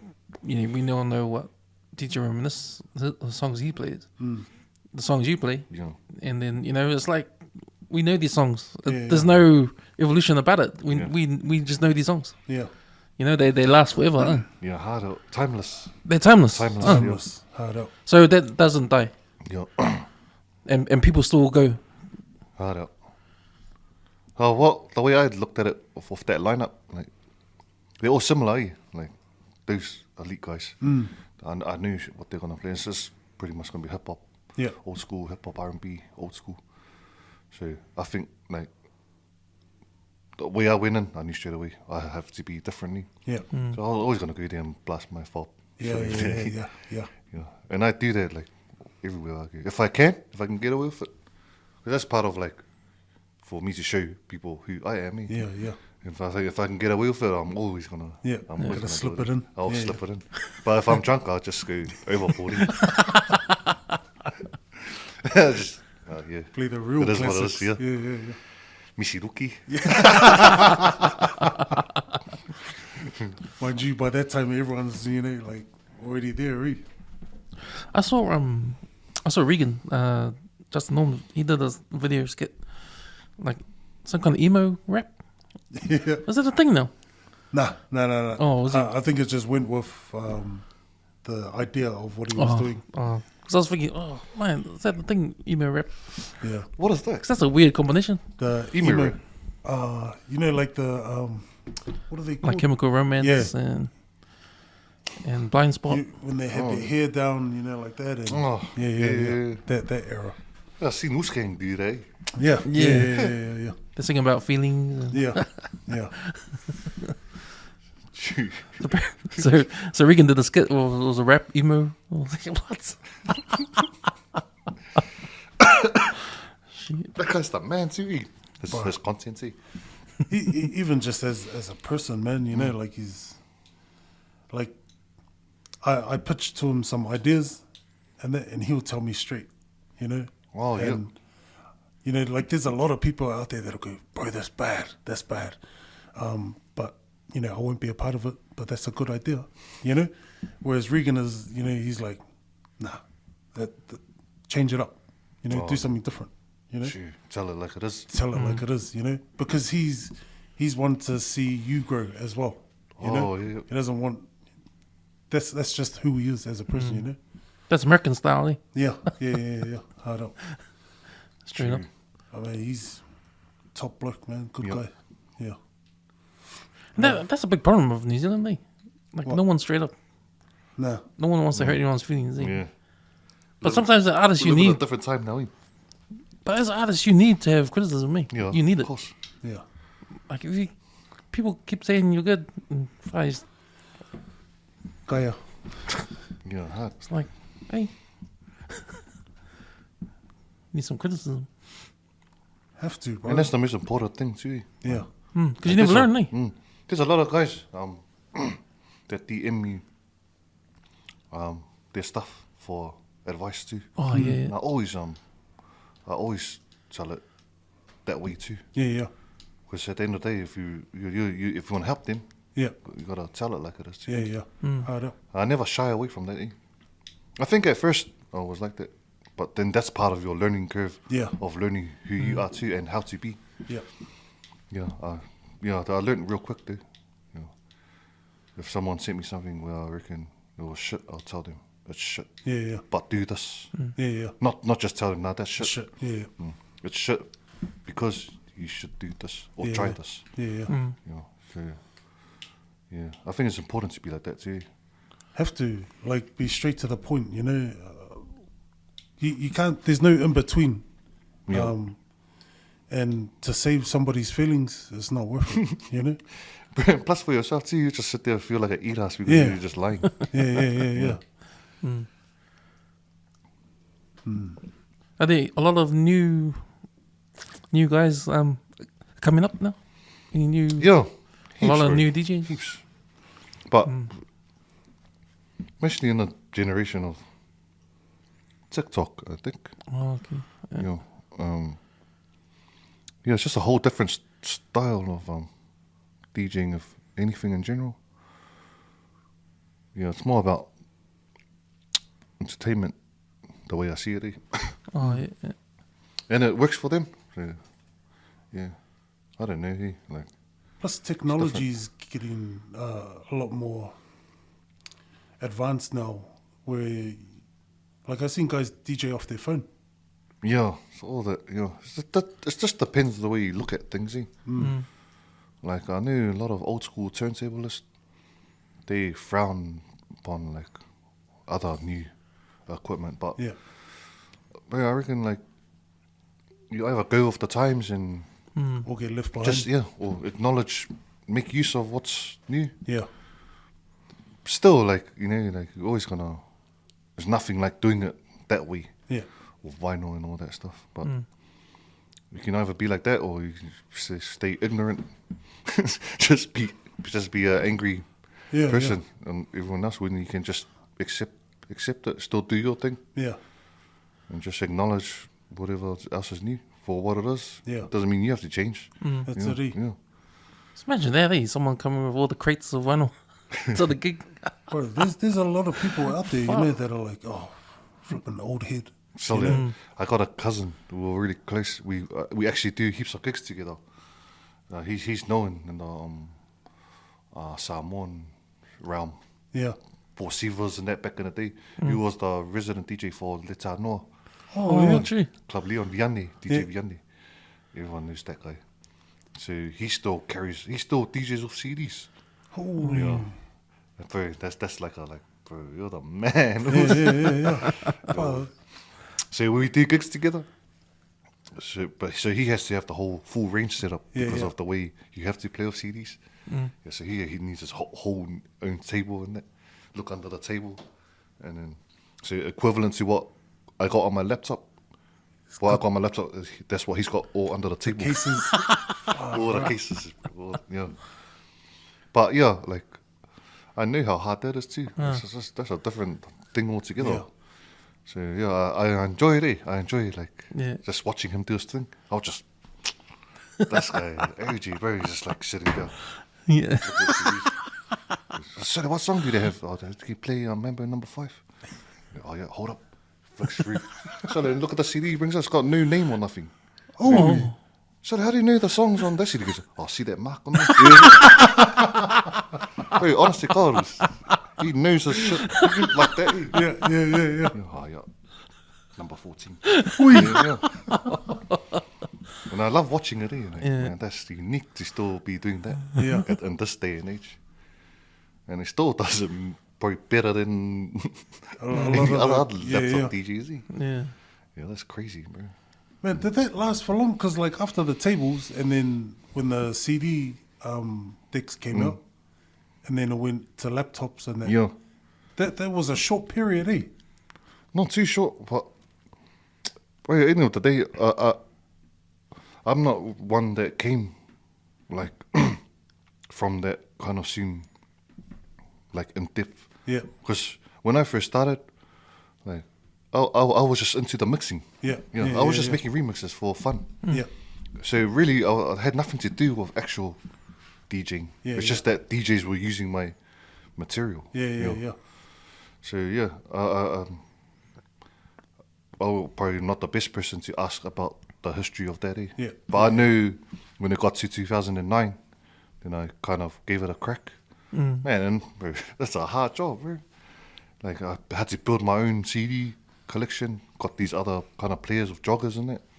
You know, it's hard, and you got depending how organized you want to be to make it easier for yourself. Yeah. So I was buying all these papers, like listening to the songs, writing, oh, that's number 1, R. Kelly, Bump and Grind, number 2. That's how hard I mean, that's the effort you had to put in. And then it wasn't for me. Like, I couldn't be fucked doing that. I only done like 2 gigs, and I was like, man, nah. Yeah, I just want to do remixes, eh? Yeah. So for the majority of the time, since I've been around, it was just mostly just mixing. Because that was my actual passion and hobby. So when it came to DJing, I'm kind of like old school, but recent at the same time. Yeah. Because I didn't really come out to start doing gigs properly till 2017. And 2017 is not too long ago compared to other DJs. There's younger DJs than me that's been doing it for like 15 years. So I'm pretty much still kind of new. Only 6 years really into the live scene. Yeah. But the good advantage of that, like throughout from 2003 till then, like I didn't realize I'm just creating blueprints. So once people found out that I'm finally doing gigs, I've never had to like look for gigs or ring clubs if I can. Yeah. It just automatically came because I've already got a kind of CV. The backing and yeah. But at the same time, found myself being an unexperienced DJ live, because that's a whole different thing. Ball game. And I learned the hard way. So really, like the way you come up in the nightclubs, you kind of have to like trying to not beg your way in, but you're trying to get in that door. Yeah. If you get lucky to get in, but then you'll probably be just doing opening sets for like a whole year or 6 months maybe before you actually work your way up. Become the resident. Shit like that. You gotta do your time. Yeah. But then my first ever club encounter was a special guest to play in Melbourne. Oh, your first one. Oh, so the first guys that took me over was DJ Scribbles and DJ Tix. They're like the popping DJs in Melbourne southeast. Yeah. So I just jumped into it. Like, I didn't have to do that whole. I'll try to apply to come and just straight on the flyer, special guest DJ to play in Melbourne. Went there confidently, everything, with no experience, thinking just confident in all my mixes that I'm gonna play back to back. Man, found out the hard way. It doesn't work like that. Yeah. I'm not at a party where like I'm just, bro, listen to this. Yeah. You can stop anytime you like it and then just switch it. When it came down to the wire, like situations where say people weren't dancing, I didn't have any experience of like what to do about that. Yeah, like transition to change it up. Yeah. Or I just had the set list and I'm gonna play it. I'm gonna play it all the way. So I kind of learned the hard way. Yeah, and So did they realize? Oh man, this guy was. No, they didn't say. Never say so. But I know if they were to talk about it, I'm sure it was that. Yeah, I'm sure it would have been like that. Yeah. Man, but then I had homework. I had homework to do. Came back again. And still learning. And then one of my close usos that I'm close with now, he's a promoter. He goes, "Oh, so you keen to come and close that album club?" There's in East Tamaki called Waypoint. Yeah. It's DJ Spice. I was like, yeah, keen. And that was my second time playing at a club. Yeah. Special guest for, that was a pumping spot too. I fucking went in there confidently again. I'm sure I'm going a bit better than last time. Fuck, I went in there and the guy that was opening for me just heard this guy just I was like, what the fuck? I was like, bro, is that fucking DJ Mansion? So I locked, bro, and I saw this dude on the stage. But he was just going hard out there, and then I could tell everything he was doing was live, and it was a concept that I've never heard before. Yeah. And I was like, fuck, dude, I have to go after this guy. Fuck. Put me up straight away. And that was DJ Spindercut. Oh, far out. And that's how me and Spindercut meet. Yo. Then I went up there, I was like, fuck. Introduced himself to me. That was the first time I heard of him. Yeah. And I was like, bro, you're the man. And he was like, sorry, I've been a big fan of your work since I was young, blah, blah, you know. Probably listening to my stuff, you know, because he's way younger than me. Yeah. But to me, I was like, fuck, bro, I don't want to go after you. So I got a big respect for him. Yeah. And then from there, and he was like, oh, can I join Come and Crew? Yeah. Yeah, very hard. Yeah. And then from there, me and Spinnercut came tight. Man. Yeah. So that was the inspiration. Spinnercut. Yeah. Like I was like oblivious to how it really goes in the club. It's different from being on a computer. Massive eye opener. So your name really came out from your remixes. Oh, Pretty much, yeah. pretty much, yeah. That's what I'm And known DJs for. were using it Yeah. for their sets. Oh. So yeah, when people found out that I'm actually going live now, and then all these bookings came from back then. Fucking DJ Yeah. for it. I think you get to a certain point where you become like booked for flex. See? Yeah. I think people just want to be able to say like, oh, 601 DJ for my wedding, or blah blah blah. Yeah. But then at the same time, that's when you got value, and then you can afford to bump your prices up, and that's it. Yeah. All comes down to what the back work you do. Yeah. I still listen to the DJ battles with Scribbles and like the Southwest ones. Bro, it's the best, man. Yeah, because that all was like all for funny. Yeah. But the way the public saw it, they thought it was a real serious. Serious. Oh. But they thought it was between West Auckland and South Auckland. Yeah. But it was West Auckland and Southeast Melbourne. Oh. So those are the guys that happened to book me for my first ever gig to Melbourne. Was Scribbles in it. Yeah. But I've never met them in person. So it's still at the back of my mind too. I was like, what if they're gonna set me up, but they just wanna jump me because of that shit that. Yeah. Yeah, but nah, there's all my close friends now. So every time I go to Melbourne, I make sure I try to see Scribbles and all that. Yeah. Man. It's cool when you said like you're more old school, but throw in some new stuff. Because on that Misty Blue, when you throw in Maoli, the Jealous song, Yeah. it's like, man, you know, man, if there's a new song, man, you throw it in. Sucks. It's because of all like, because that's when you can tell like when the new school artists do music like that, you can tell they were inspired by the old music that's in it's that style. Yeah. Like even LAB. That's it. When I first saw LAB have those 3-4 songs, and it was For the Love of Jane, and the other one's like, man, you can tell they're inspired by the older songs. He's got a country album, mate. Oh yeah, he's the man. Have you seen the backstory to that, the Jealous song? No. Yeah, because I remember that's what I went to download it to use it. But then there was the other pop-up said like behind the scenes of how he made Jealous. I gotta watch it, bro. So makes you appreciate the song even more. It's on YouTube. Yeah, so he explains how he came about writing it. It's a mean story. You should look that up. See, that's what's a cool way where artists like to tell the story of why they made the song. Hey, they should do more of that, eh? For the fans. It's a good catch too, because I think it helps you make the song more, like make you more into it. Yeah. Knowing the story. When there's a story. Because I really liked it, but when I heard the backstory, I liked it. Yeah. Yeah. It's a good story too. Oh, yeah. Check that out.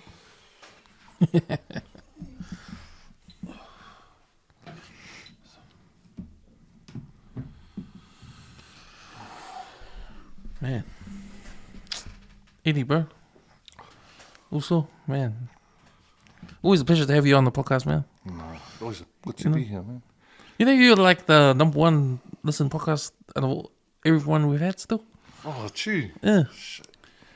The reigning champ. Oh, that's cool to know, bro.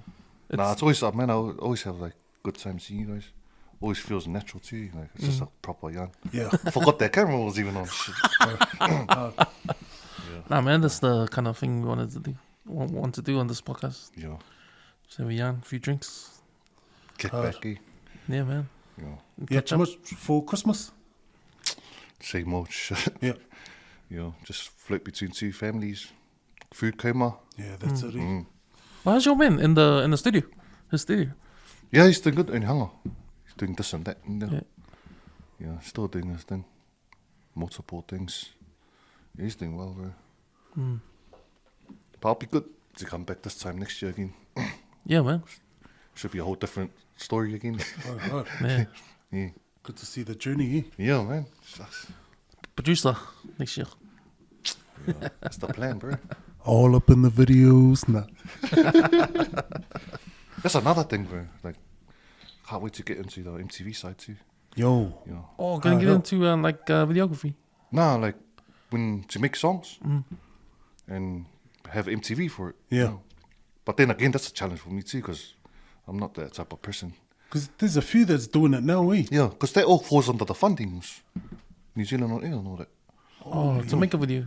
Yeah, I don't know to the full extent, but all I know, a lot of it's just all funded. Eh? Yeah, you know, you yeah. just work around the budget. That's how a lot of these videos are made. Mean. You know, That's bad. you know. So I got projects pending of heaps of artists too. It just comes down to me now, what I can come up with for them. Yeah. You know, and can't wait. Well, that subgenre of reggae, the island reggae, man, this is popular. Eh? Yeah, Like from Hawaii down to here, New Zealand. Like with our Pacific Islanders love that island reggae style. yeah. It's like the go-to. That's us, eh? Yeah. Bro, another one, bro. Solomon's was. If you get into Solomon's, they got their own sound now. Oh, hey. Oh, true. Bro, they're even like Peter Smart. He's actually starting to put them together now as a whole concert. Holy. That's how much numbers they have as. So you got like Gerald Local, Yeah. Chris Young, Yeah. Design, One Tox. Remember DMP? DMP is pretty old school now, and they all stem from like pretty much one family. And but the thing I like about them, they got their own specific sound to any other kind of island reggae. Like once you hear their sound, you know straight away that's a Solomon Yeah. style. Eh? I know it's like the old Gerald Local. Yeah, see, yeah. Yeah. Once you hear Gerald Local, you know it's Gerald Local. eh? Yeah. Hard up. But the whole lot of them are like that. They just Yeah. got their own specific sound. Eh? Yeah. So I reckon they're gonna keep making waves in the island scene. And you still doing your Afrobeats? Yeah, hard up. Yeah. Still doing those. That's still one of the life-saving genres. When you play gigs in it, you find it hard to like get a crowd up. Okay then. Especially if the young kids, eh? They love that. Yeah, man. So, there's like a few different strains of Afrobeats too now. But I just tend to stick to the real feel-good Fob Island ones that Yeah. I know. Yeah. But then there's that another type of Afrobeat now where like these are the kind of Afrobeats that you'll hear people play in hip hop clubs, which doesn't sound so happy and fobby. Yeah. You know what I mean? Yeah. Kind of like J King's new songs. It's the Afrobeat vibe, but it's like kind of like got like a R&B type vibe to it. You know, that's like a different kind of strain of Afrobeats. Did you guys ever listen to that ska music back in the days? I did for a while. Was that a genre? Yeah, ska. Where reggae didn't know. originated from. Yeah, yeah. Oh, is it SKA? Yeah. Yeah. Oh yeah, I think I knew what you mean. It's like old school, eh? 70s, eh? Yeah. It was real mellow, eh? Real mellow. But the instruments are like, It's like the Real old authentic. Peter Tosh. Yeah. And them came from. Kind of like what they call it, reggae dubby. Yeah. Oh, Reggaeton. yeah. I always thought it was like more like jazz, reggae, eh? Sort of. Kind of, because it was only bass, Yeah. drum, or bass and drum, pretty much. That was it. It's like a real authentic old school sound. Yeah. I think I know what you mean. Yeah. Ska. Yeah. Yeah. I thought you mean ska like SCAR. Like Mufasa style. Yeah, nah, because I went through like a reggae period for years, man. Like maybe like 10 years. I think I had my dreads for like Oh, that's right. 12 years. Yeah. Yeah. Dreads, Yeah. So that was your reggae time. Yeah, that was my reggae time. Man, because I got no idea what reggae in Jamaica now sounds like. Hey. It's evolved, man. Like Bro, have you heard what's her name? Lauryn Hill's son's music? Her son? Yeah. No. I think she's got a son with Stephen Marley. Bro, it's different. Like you'll never hear that reggae, or if you can call it that. But it's different, you know. And I think that's like what you were saying, like the reggae in Jamaica and that now. Different, eh? Yeah, like the new guys coming up, it's different. I think they're like fusing a lot of evolving. Yeah, evolving. You know, like say you're fusing reggae with Afro beats, or you know the strain of you know, genre. Then you compare it to the original sound, and it's just completely just gone differently. Yeah. That's the thing I like you were saying, like there's different strains of Afro beats, you know, and you can tell the difference between them all, and it's good that it, you know, it's like, oh yeah, nah, I like it, but this sound, you know, that's cool. I like that. That all comes down to energy level too. There's different energy I think levels so. too. Yeah. Oh, we'll save that one for the next one. Yeah. Okay, boys. Eddie. Thanks, brother. Thank you, also. Pleasure, man. Yeah. Oops.